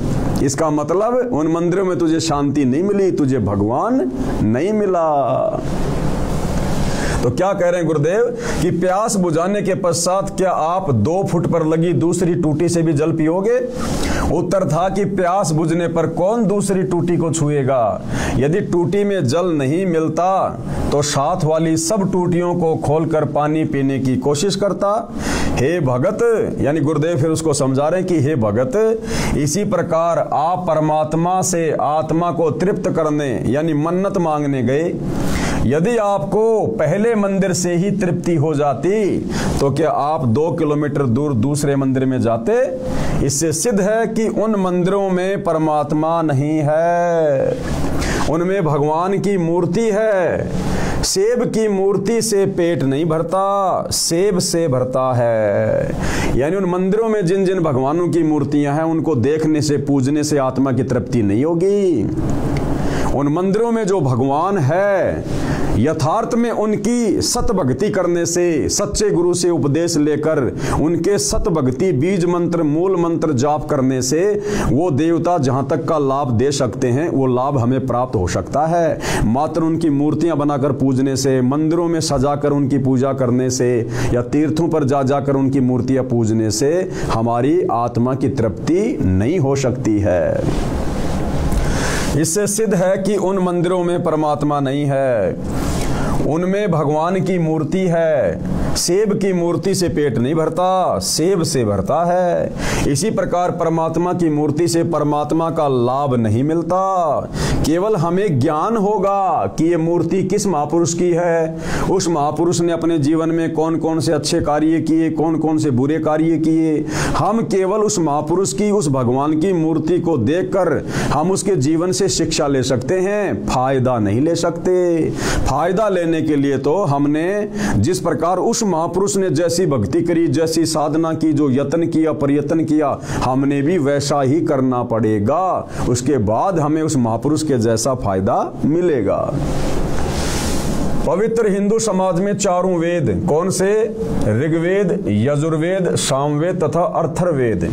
इनका नाम पूरे सम्मान के साथ लिया जाता है। माना जाता है कि वेदों में परमेश्वर की पूजा व साधना का सर्वोत्तम ज्ञान है। ये बात तो सभी मानते हैं कि भाई वेदों में परमात्मा का ज्ञान है, भक्ति का ज्ञान है। आश्चर्य की बात है कि 80% हिंदू समाज वेदों के विपरीत भक्ति कर्म करते हैं, लेकिन 80% हिंदू समाज के श्रद्धालु साधक उन्हीं वेदों के विपरीत कर्म कांड कर रहे हैं, मूर्ति पूजा कर रहे हैं, मंदिर पूजा कर रहे हैं, तथा 80% हिंदुओं ने वेदों की शकल भी नहीं देखी। बिल्कुल सत्य है भाई और बहनों। आज 21वीं सदी में पैदा होने के बावजूद आप और हम भगत भाई बहन भी अपने जीवन काल में इन वेदों की शकल नहीं देख पाते। यदि सतगुरु रामपाल जी हमें अपनी शरण में लेकर इन सदग्रंथों से परिचित नहीं करवाते तो हम भी अपने पूर्वजों की तरह इसी प्रकार भेड़ चाल में चलते रहते। जैसा हमारे धर्मगुरु हमें बताते रहते, हम उन्हीं को सत्य मानकर आगे बढ़ते रहते और अंत में हमारी मुक्ति नहीं बल्कि दुर्गति का रास्ता खुला हुआ होता। अब गुरुदेव भगवान कह रहे हैं विशेष यानी ध्यान देने योग्य बातें। विशेष हिंदू समाज श्रीमद् भगवद गीता को चारों वेदों का सार तथा संक्षिप्त रूप मानते हैं, क्योंकि 4 वेद भाई और बहनों बहुत ही मोटे ग्रंथ हैं, आम आदमी उनको नहीं पढ़ सकता। इसलिए महर्षि वेद व्यास जी ने चारों वेदों का संक्षिप्त ज्ञान गीता में लिख कर छोड़ दिया, लिपिबद्ध कर दिया। तो ये बात तो समस्त हिंदू समाज के लोग मानते हैं, गुरुजन भी मानते हैं कि श्रीमद् भगवद गीता में चारों वेदों वाला ज्ञान संक्षिप्त रूप में है, यानी शॉर्ट में है। हिंदू समाज श्रीमद् भगवद गीता को चारों वेदों का सार तथा संक्षिप्त रूप मानते हैं। गीता में वेद ज्ञान निष्कर्ष रूप में संक्षेप में कहा है, ये भी निर्विरोध राय है, यानी इस बात को सब मानते हैं।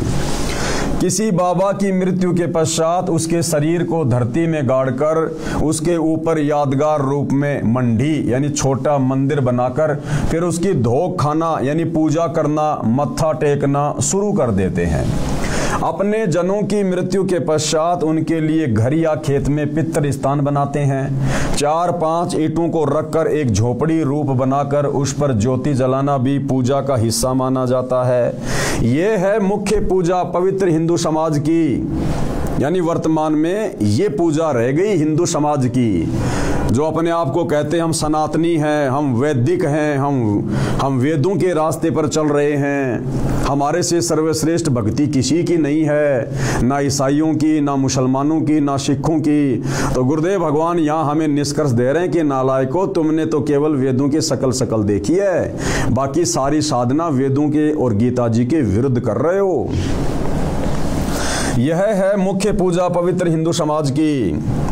अब आगे किसी ने सवाल किया भाई और बहनों, जिसका जवाब पूज्य गुरुदेव भगवान देंगे। प्रश्न नंबर 1, हिंदू धर्म के पवित्र शास्त्रों की स्थिति क्या है?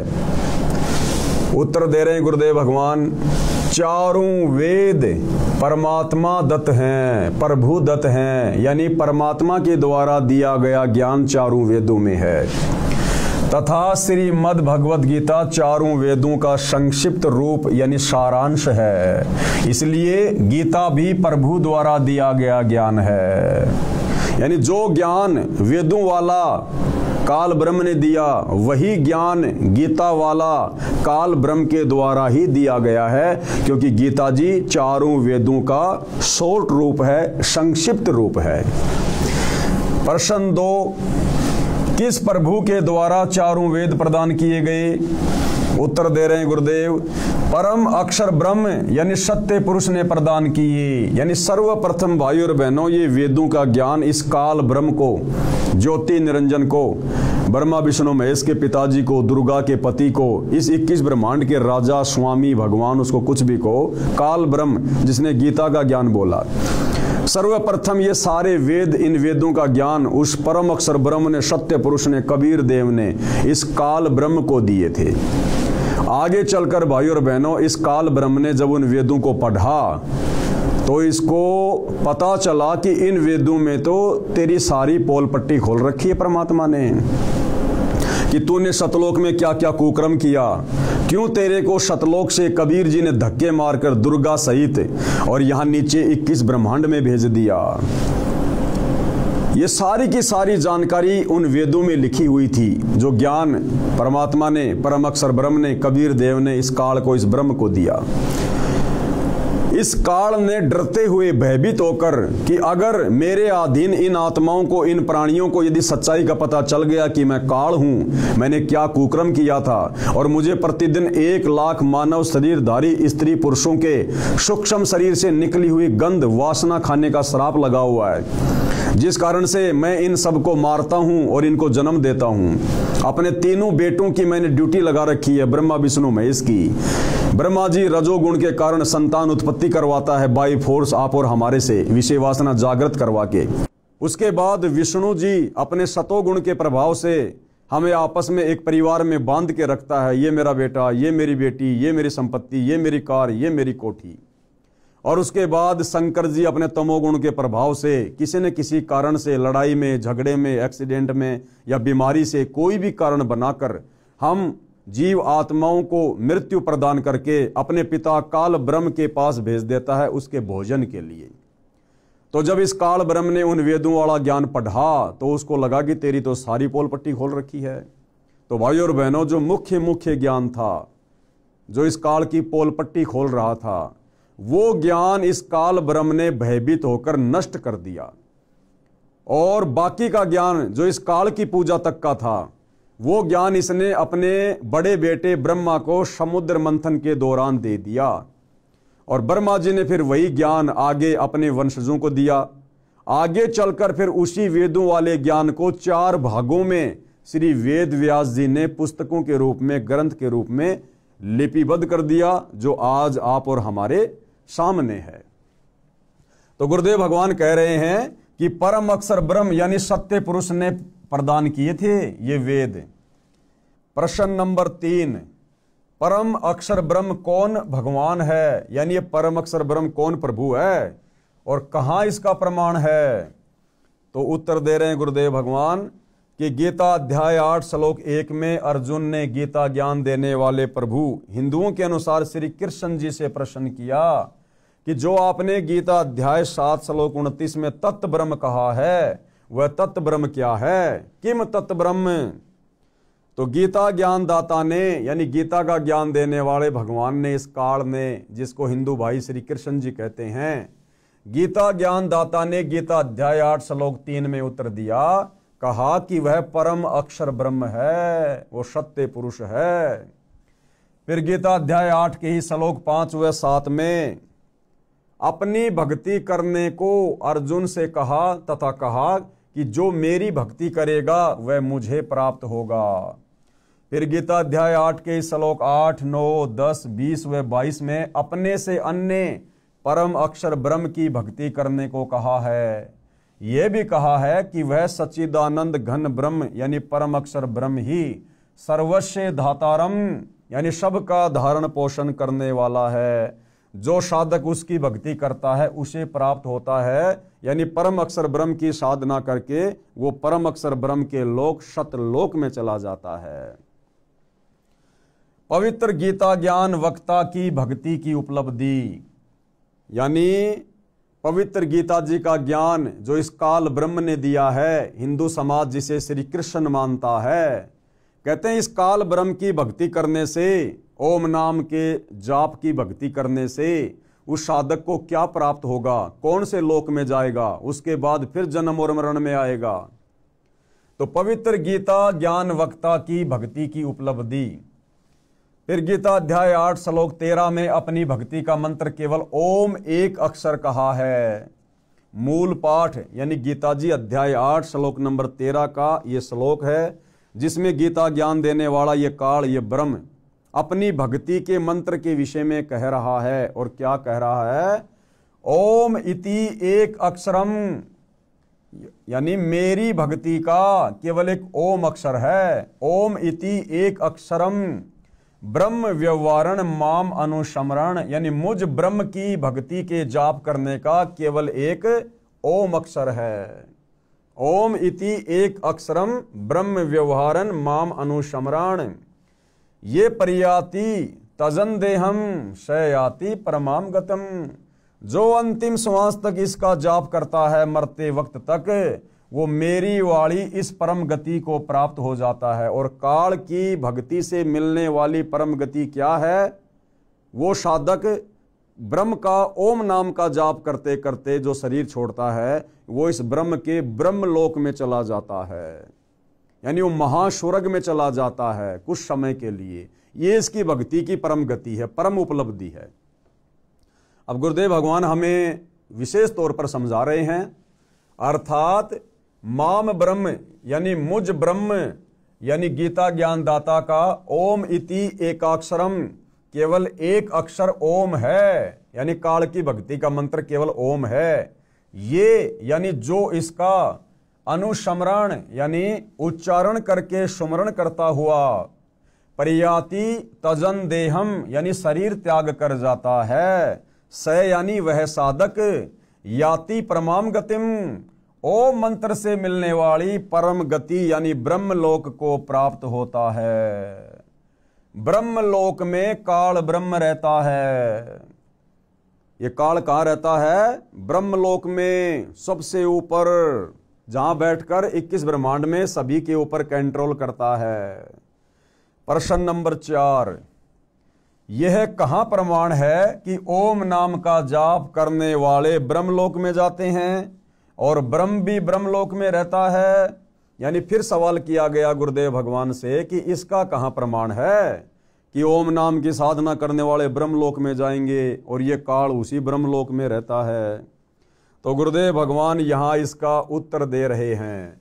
उत्तर श्री देवी महापुराण के 7वें स्कंद के अध्याय 36 में।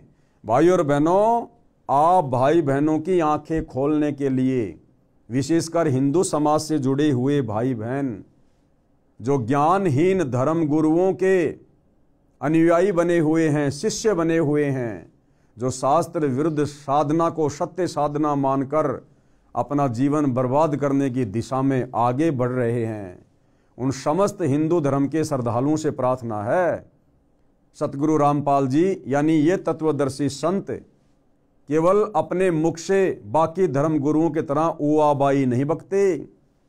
कौन सी बात का कहां प्रमाण है? और हमारे धर्मशास्त्रों में, जिनको हम हिंदू धर्म के मानने वाले बिल्कुल सत्य मानते हैं, उन्हीं शास्त्रों का हवाला गुरुदेव भगवान दे रहे हैं। कौन सी पुस्तक है, किस अध्याय में है, कौन सा श्लोक है, और अगर ज्यों का त्यों लिखा हुआ मिल जाए तो भाई और बहनों, उन नकली धर्म गुरुओं को और उनके शास्त्र विरुद्ध अध्यात्म ज्ञान को छोड़ने में हमने तनिक भी देरी नहीं करनी चाहिए। अन्यथा यदि यह समय निकल गया, ये वर्तमान समय भक्ति युग का समय है, अगर ये समय हमारे हाथ से निकल गया, यदि हमने सतगुरु रामपाल जी को ना पहचान कर इनके द्वारा प्रदान की जा रही शास्त्र अनुकूल सत भक्ति को ग्रहण नहीं किया, तो भाई और बहनों, जिस प्रकार से हमारे पूर्वज आज भूत बने हुए हैं, पितर बने हुए हैं, उनकी दुर्गति हो रही है, नरक में कष्ट भोग रहे हैं, जन्म और मरण के चक्कर में फंसे हुए हैं, आप और हमारी भी वही दुर्गति होगी, वही दुर्गति। इसलिए ध्यान से पढ़िए। तो उत्तर दे रहे हैं गुरुदेव कि श्री देवी महापुराण के 7वें स्कंद के अध्याय 36 में श्री देवी जी ने राजा हिमालय से कहा कि हे राजन, हिमालय पहाड़ नहीं, हिमालय एक राजा का नाम है, वो देवी का भगत था, दुर्गा जी का भगत था। तो दुर्गा देवी अपने भगत राजा हिमालय को ज्ञान उपदेश देते समय कह रही है, हिमालय से कहा कि हे राजन, और बातें छोड़कर यानी और सबकी भक्ति छोड़कर केवल ओम नाम का स्मरण कर। और बातें छोड़कर यानी और सबकी भक्ति छोड़कर। दुर्गा करिए कि मेरी भक्ति भी छोड़ दे। अगर तुझे उस ब्रह्मलोक में जाना है, ज्यादा लंबे समय के लिए अगर तुझे वहां पर रहना है, तो और सब बातें छोड़ दे, यानी मेरी दुर्गा की पूजा भी छोड़ दे। बाकी सबकी भक्ति छोड़कर केवल ओम नाम का स्मरण कर, जो कि इस काल ब्रह्म का जाप है। ओम नाम का स्मरण कर, जिसके स्मरण से तू ब्रह्म को प्राप्त हो जाएगा, जो दिव्य आकाश रूप ब्रह्मलोक में रहता है। तो ये प्रमाण है भाई और बहनों, आप जी पुस्तक खोलकर देख सकते हैं। श्री देवी महापुराण गीता प्रेस गोरखपुर से प्रकाशित आप जी ये जो अध्याय दिया गया है कि उसके 7वें स्कंद के 36वें अध्याय में श्री देवी जी ने राजा हिमालय से कहा कि हे राजन, और बातें छोड़कर यानी और सबकी भक्ति छोड़कर केवल ओम नाम का सुमरण कर, जिसके सुमरण से तू ब्रह्म को प्राप्त होगा। तो ब्रह्म को प्राप्त होगा ये प्रमाण हो गया। और वो ब्रह्म कहाँ रहता है? वो दिव्य आकाश रूप ब्रह्मलोक में रहता है, ये प्रमाण हो गया। ध्यान रहे, गीता अध्याय 8 श्लोक 16 में कहा है कि ब्रह्मलोक में गए साधक यानी भगत भी पुनरावर्ती यानी आवागमन यानी जन्म मरण के चक्कर में है। आपको ये ना समझे कि भाई 21 ब्रह्मांड के स्वामी गीता ज्ञानदाता काल ब्रह्म का ओम नाम का जाप करके हम तो उसके ब्रह्मलोक में चले जाएंगे तो हमारी मुक्ति हो गई। फिर यही ब्रह्म आगे चलकर गीता अध्याय 8 श्लोक नंबर 16 में कह रहा है कि ब्रह्मलोक पर्यंत सर्वलोक पुनरावर्ती में है, यानी आवागमन में है, जन्म और मरण में है, पूर्ण मुक्ति नहीं है इस ब्रह्म की साधना करने से। ध्यान रहे, गीता अध्याय 8 श्लोक 16 में कहा है कि ब्रह्मलोक में गए भगत भी पुनरावर्ती यानी आवागमन अर्थात जन्म मरण के चक्कर में ही है। फिर आगे सवाल किया गया है, क्वेश्चन नंबर 5, हिंदू पक्ष गीता अध्याय 8 श्लोक 16 में यह भी कहा है कि हे अर्जुन, ब्रह्मलोक पर्यंत सब लोग पुनरावर्ती में है, परंतु कुंती पुत्र यानी अर्जुन मुझको प्राप्त होकर पुनर्जन्म नहीं होता। अब भाइयों और बहनों, यहां पर ये जो गीता के अनुवादक हैं, इन्होंने अपनी अटबट करनी शुरू कर दी। इन्होंने गीता के इस अध्याय के इस श्लोक का गलत अर्थ निकाल दिया कि हे अर्जुन, मुझको प्राप्त होकर फिर भगत फिर प्राणी पुनर्जन्म को प्राप्त नहीं होता। लेकिन इसका अर्थ ये नहीं है। इसका यथार्थ अर्थ आपको सतगुरु रामपाल जी के कर कमल से लिखा हुआ बताएंगे। अन्यथा भाइयों और बहनों, ये गीता ज्ञान देने वाला ब्रह्म पहले कह चुका है कि हे अर्जुन, तेरे और मेरे बहुत जन्म हो चुके हैं, तू नहीं जानता, मैं जानता हूं। हे अर्जुन, मेरे जन्म को, मेरी उत्पत्ति को ये देवता लोग, ये ऋषि लोग नहीं जानते, क्योंकि ये सारे मेरे से उत्पन्न हैं। फिर भला वो ये कैसे कह सकता? फिर भला वो ब्रह्म ये कैसे कहेगा आगे कि मुझे प्राप्त होकर फिर प्राणी का पुनर्जन्म नहीं होता? तो भाइयों और बहनों, ये सारी की सारी अटपट गीता का अनुवाद करने वाले अनुवादकों की है। ये इनका मनमुखी अनुवाद है, क्योंकि इनको तत्व ज्ञान नहीं था। इनकी बुद्धि श्री कृष्ण से ऊपर नहीं जा रही थी। इन्होंने श्री कृष्ण जी को अर्थात श्री विष्णु जी को ही सुप्रीम गॉड मान रखा था, जिस कारण से ये लोग यथावत गीता जी का अनुवाद नहीं कर पाए। इसको हम फिर से पढ़ेंगे भाइयों और बहनों। प्रश्न 5, हिंदू पक्ष गीता अध्याय 8 श्लोक 16 में यह भी कहा है कि हे अर्जुन, ब्रह्मलोक पर्यंत सब लोग पुनरावर्ती में है, यानी जन्म मरण में है, आवागमन में है, परंतु कुंती पुत्र मुझको प्राप्त होकर पुनर्जन्म नहीं होता। इससे स्पष्ट है कि गीता ज्ञान देने वाले को प्राप्त होकर पुनर्जन्म नहीं होता। उत्तर अब गुरुदेव बता रहे सच्चाई क्या है। इस श्लोक का अनुवाद गलत किया है। गुरुदेव कह रहे हैं कि हमारे धर्म गुरुओं ने इसका गलत अनुवाद किया है। विचार करो, गीता के ज्ञान देने वाले ने गीता अध्याय 8 श्लोक 13 में अपनी भक्ति का केवल एक ओम अक्षर बताया है। श्री देवी महापुराण के 7वें स्कंद में स्पष्ट है कि ओम नाम का जाप करने वाला ब्रह्मलोक में जाता है, ब्रह्म को प्राप्त होता है, ब्रह्मलोक में रहता है। गीता अध्याय 8 श्लोक 16 में स्पष्ट है कि ब्रह्मलोक में गए भगत यानी साधक भी पुनरावर्ती यानी जन्म मरण के चक्कर में है, वहां जाकर भी पुनः जन्म लेना होता है, पृथ्वी पर आना पड़ता है। ब्रह्म तो ब्रह्मलोक में रहता है। श्री देवी पुराण में प्रमाण है, ब्रह्म को प्राप्त करने वाला ही तो ब्रह्मलोक में जाएगा, तभी तो ब्रह्म को प्राप्त होगा। गीता अध्याय 8 श्लोक 16 में यही कहा है कि ब्रह्मलोक में जाने वाले भी जन्म मृत्यु के चक्कर में है। यदि गीता अध्याय 8 श्लोक 13 के मूल पाठ को ध्यान से देखें तो उसमें कहा है माम ब्रह्म यानी मुझ ब्रह्म का केवल एक ओम अक्षर है। मेरे से अन्य अनुवादकों ने, कौन कह रहे हैं? सतगुरु रामपाल जी, कि मेरे से अन्य अनुवादकों ने गीता अध्याय 8 श्लोक 16 का अनुवाद ठीक नहीं किया है। दास यानी लेखक सतगुरु रामपाल जी ने ठीक किया है, जो आगे किया हुआ है, यानी आगे हम देखेंगे।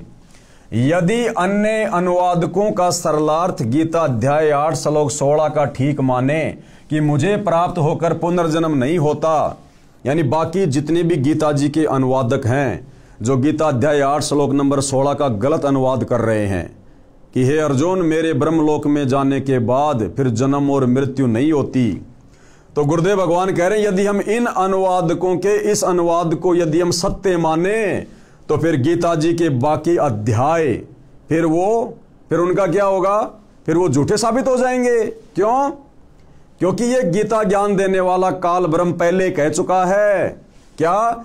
जब गीता ज्ञान दाता ने गीता अध्याय 2 श्लोक 12, गीता अध्याय 4 श्लोक 5, गीता अध्याय 10 श्लोक 2 में तो अपने को जन्मने व मरने वाला कहा है, यानी इन श्लोकों में तो पहले ही गीता ज्ञान देने वाले काल ब्रह्म ने अपने विषय में बता दिया कि मेरा भी जन्म और मृत्यु होती है, अर्जुन तेरी भी होती है, सबकी होती है।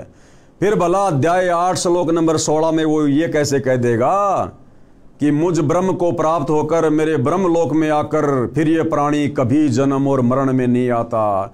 तो भाई और बहनों, ये अनुवादकों ने उनको तत्व ज्ञान ना होने के कारण, इन धर्म ग्रंथों की वास्तविक स्थिति का ज्ञान ना होने के कारण इन लोगों ने इस ब्रह्म को ही फाइनल गॉड मान लिया, फाइनल परमात्मा मान लिया, और इनकी बुद्धि इससे आगे नहीं गई और इन्होंने यही अपनी तरफ से अनुवाद कर दिया कि मुझ ब्रह्म को प्राप्त होकर फिर प्राणी जन्म और मरण में नहीं आता, जबकि गीता जी में खुद ये गीता ज्ञान देने वाला ब्रह्म गीता अध्याय 2 श्लोक 12, गीता अध्याय 4 श्लोक 5 और गीता अध्याय 10 श्लोक 2 में स्पष्ट कर रहा है कि मेरे जन्म और मृत्यु होती है। अर्जुन तू नहीं जानता, मैं जानता हूं। गीता ज्ञान दाता ने अपनी साधना का एक ओम अक्षर बताया है, तो वह ब्रह्म हुआ, यानी ओम इति एक अक्षर माम ब्रह्म अनुस्मरण, क्योंकि ओम नाम जाप तो ब्रह्म का है।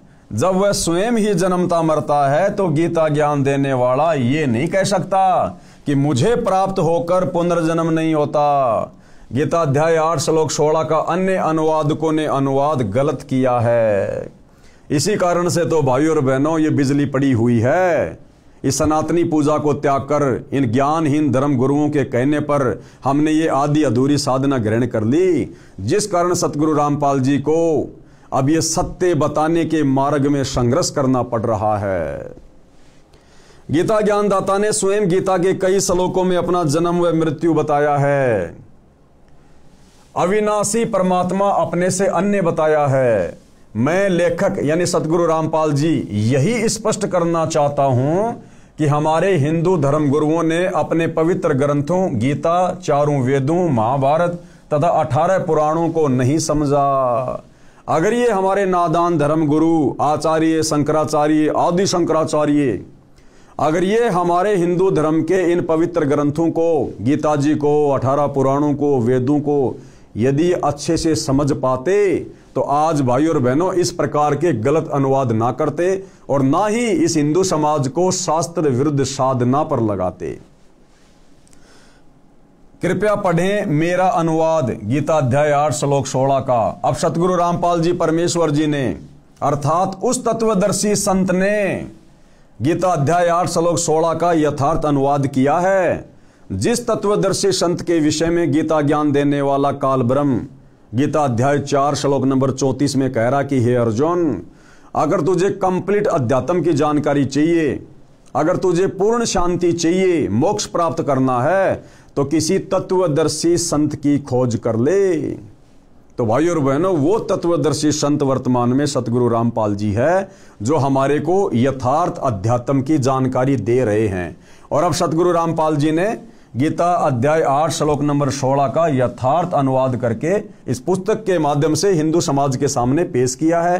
केवल धैर्यपूर्वक निष्पक्ष होकर इसको समझने की आवश्यकता है। गीता अध्याय 8 श्लोक 16 का यथार्थ अनुवाद, हे अर्जुन, ब्रह्मलोक पर्यंत सब लोक पुनरावर्तीन यानी पुनरावर्ती में है, आवागमन में है, जन्म मरण में है, यानी जहां जाकर भी पीछे संसार में आना पड़े। पुनरावर्ती का मतलब है जहां जाने के बाद वापस संसार में आना पड़े। ऐसे है तू, परंतु कौनते, हे कुंती पुत्र, न विदते, जो ये नहीं जानते। न विदते का मतलब है जो ये नहीं जानते। क्या नहीं जानते? कि मेरे ब्रह्मलोक में जाने के बाद भी साधक को वापस आना पड़ता है। न विदते, जो यह नहीं जानते, माम उपेते, मुझे प्राप्त होकर भी उनका पुनर्जन्म होता है। भावार्थ है कि जो ये नहीं जानते कि ब्रह्मलोक में जाकर भी वापस आना पड़ता है, वे मेरी भक्ति करके मुझे प्राप्त होकर भी जन्म मरण के चक्कर में रह जाते हैं। यह है भाइयों और बहनों गीता अध्याय 8 श्लोक नंबर 16 का यथार्थ अनुवाद, जिसके अभाव में नादान हिंदू समाज ने इस काल ब्रह्म को ही सर्वश्रेष्ठ परमात्मा मान लिया और ये सोचकर कि ओम नाम के जाप से हमारी मुक्ति हो जाएगी, जन्म मरण से छुटकारा मिल जाएगा। लेकिन भाइयों और बहनों, जन्म मरण से छुटकारा इस काल से ऊपर जो सर्वश्रेष्ठ परमात्मा है, उत्तम पुरुषतु अन्य परमात्मा इति उधारते, उस परम अक्षर ब्रह्म की भक्ति करनी पड़ेगी। तत्वदर्शी संत से उपदेश लेकर तो आज मौका है। वह तत्वदर्शी संत जो उस समय अर्जुन को प्राप्त नहीं हुआ, आज वही तत्वदर्शी संत सौभाग्य से सतगुरु रामपाल जी के रूप में आप और हमें प्राप्त है। ध्यान रहे, गीता अध्याय 6 श्लोक 23 में विधात शब्द का अर्थ इन्हीं अनुवादकों ने जानना किया है। यदि इस श्लोक 16 में विदते का अर्थ जानना कर दिया जाए तो सीधा अर्थ हो जाता है न विदते, यानी जो ये नहीं जानते कि ओम नाम का जाप करके ब्रह्मलोक में गया हुआ साधक भी पुनरावर्ती में है। जैसे विद्या का अर्थ ज्ञान होता है, जब गीता ज्ञान देने वाला स्वयं कहता है कि मेरी जन्म मृत्यु होती है, तो इस अध्याय 8 श्लोक 16 में यह नहीं कह सकता कि मुझे प्राप्त होकर पुनर्जन्म नहीं होता। इससे स्पष्ट होता है कि हिंदू साहिबान नहीं समझे गीता वेद पुराण। इससे स्पष्ट हो जाता है कि हिंदू साहिबान यानी हिंदू धर्म के मानने वाले अपने ही धर्म की पवित्र पुस्तकों गीता वेद और पुराणों को नहीं समझ पाए। तो भाइयों और बहनों, थोड़ा धैर्य के साथ में आगे बढ़िए, अपने दिल को थाम कर, क्योंकि आप और हमारे हृदय में ये शास्त्र विरुद्ध अज्ञान हमारे ज्ञानहीन नादान धर्म गुरुओं ने तत्व ज्ञान के अभाव में बेहिसाब ठोक रखा है। और इस ज्ञान को, जो ज्ञान सतगुरु रामपाल जी वर्तमान में दे रहे हैं, इस ज्ञान को इस हृदय में समाने के लिए पहले हमने उस अज्ञान को बाहर निकालना पड़ेगा। और इसके दो ही तरीके हैं। पहला तरीका गुरुदेव ने बताया कि जिस प्रकार एक खारे जल से भरा हुआ मटका है, और यदि हमने उस खारे जल से भरे हुए मटके से वो खारा जल बाहर निकालना है और उसमें मीठा जल भरना है, तो उसके दो ही तरीके हैं। सबसे पहला तरीका तो ये है कि उस मटके को पूरी तरह से खाली कर दिया जाए और उसके बाद मीठा जल भरा जाए। और दूसरा तरीका है उस खारे जल में ऊपर से मीठा जल डालते रहो, कुछ देर बाद खारा जल निकल जाएगा, केवल मीठा जल रह जाएगा। तो भाइयों और बहनों, यदि आप सतगुरु रामपाल जी परमेश्वर जी पर विश्वास करते हैं तो आपने उस अज्ञान को बिल्कुल नजरअंदाज कर देना चाहिए। उस अज्ञान को आपने अपने हृदय से बाहर निकाल फेंकना चाहिए। और सतगुरु रामपाल जी के सत्संग, उनकी पुस्तकें बड़े धैर्य पूर्वक, ध्यान पूर्वक सुननी चाहिए, देखनी चाहिए, पढ़नी चाहिए। या दूसरा तरीका यह है कि अपने दिल को थामकर निष्पक्ष होकर धैर्य पूर्वक सतगुरु रामपाल जी के सत ज्ञान को धीरे धीरे सुनते रहिए। सुनते रहने से, क्योंकि आत्मा को सच्चाई स्वीकार्य है। ये मन जो है ये बकवाद को ग्रहण करता है, झूठ को ग्रहण करता है, लेकिन आत्मा ये परमात्मा का अंश है। जब इसको सत्यता मिलेगी ये धीरे धीरे उसको स्वीकार करेगी। तो आप धीरे धीरे उनके सत्संग यूट्यूब पर भी सुनते रहिए, मौका मिले उनकी पुस्तकें भी पढ़ते रहिए। तो धीरे धीरे सत्ज्ञान जब हृदय में उतरेगा तो पहले से जमा अज्ञान धीरे धीरे बाहर निकलना शुरू हो जाएगा, और एक दिन ऐसा होगा आपकी स्थिति भी हम भाई बहनों जैसी हो जाएगी। आप भी अपने परमपिता परमेश्वर को, कबीर देव को, परम अक्षर ब्रह्म को, जो वर्तमान में तत्वदर्शी संत की भूमिका करते हुए सतगुरु रामपाल जी के नाम से धरती पर प्रकट हैं, बड़ी आसानी से आप इनको पहचानोगे, जानोगे और अपनी आत्म कल्याण की दिशा में आप और हमारी तरह आगे बढ़ोगे। तो भाई और बहनों, पूज्य गुरुदेव भगवान के आशीर्वाद से आज की सात संगति में केवल इतना ही। कल रात्रि 9 बजे फिर से हम सभी भाई बहन परमेश्वर हमें आगे क्या संदेशा दे रहे हैं, इस पवित्र पुस्तक हिंदू साहिबान नहीं समझे गीता वेद पुराण जानेंगे, समझेंगे। तो आज के लिए केवल इतना ही। परमेश्वर हम सबको आशीर्वाद दे, आज्ञा दे, हमारा मार्गदर्शन करे। बंदी छोड़ सतगुरु रामपाल जी भगवान की जय हो।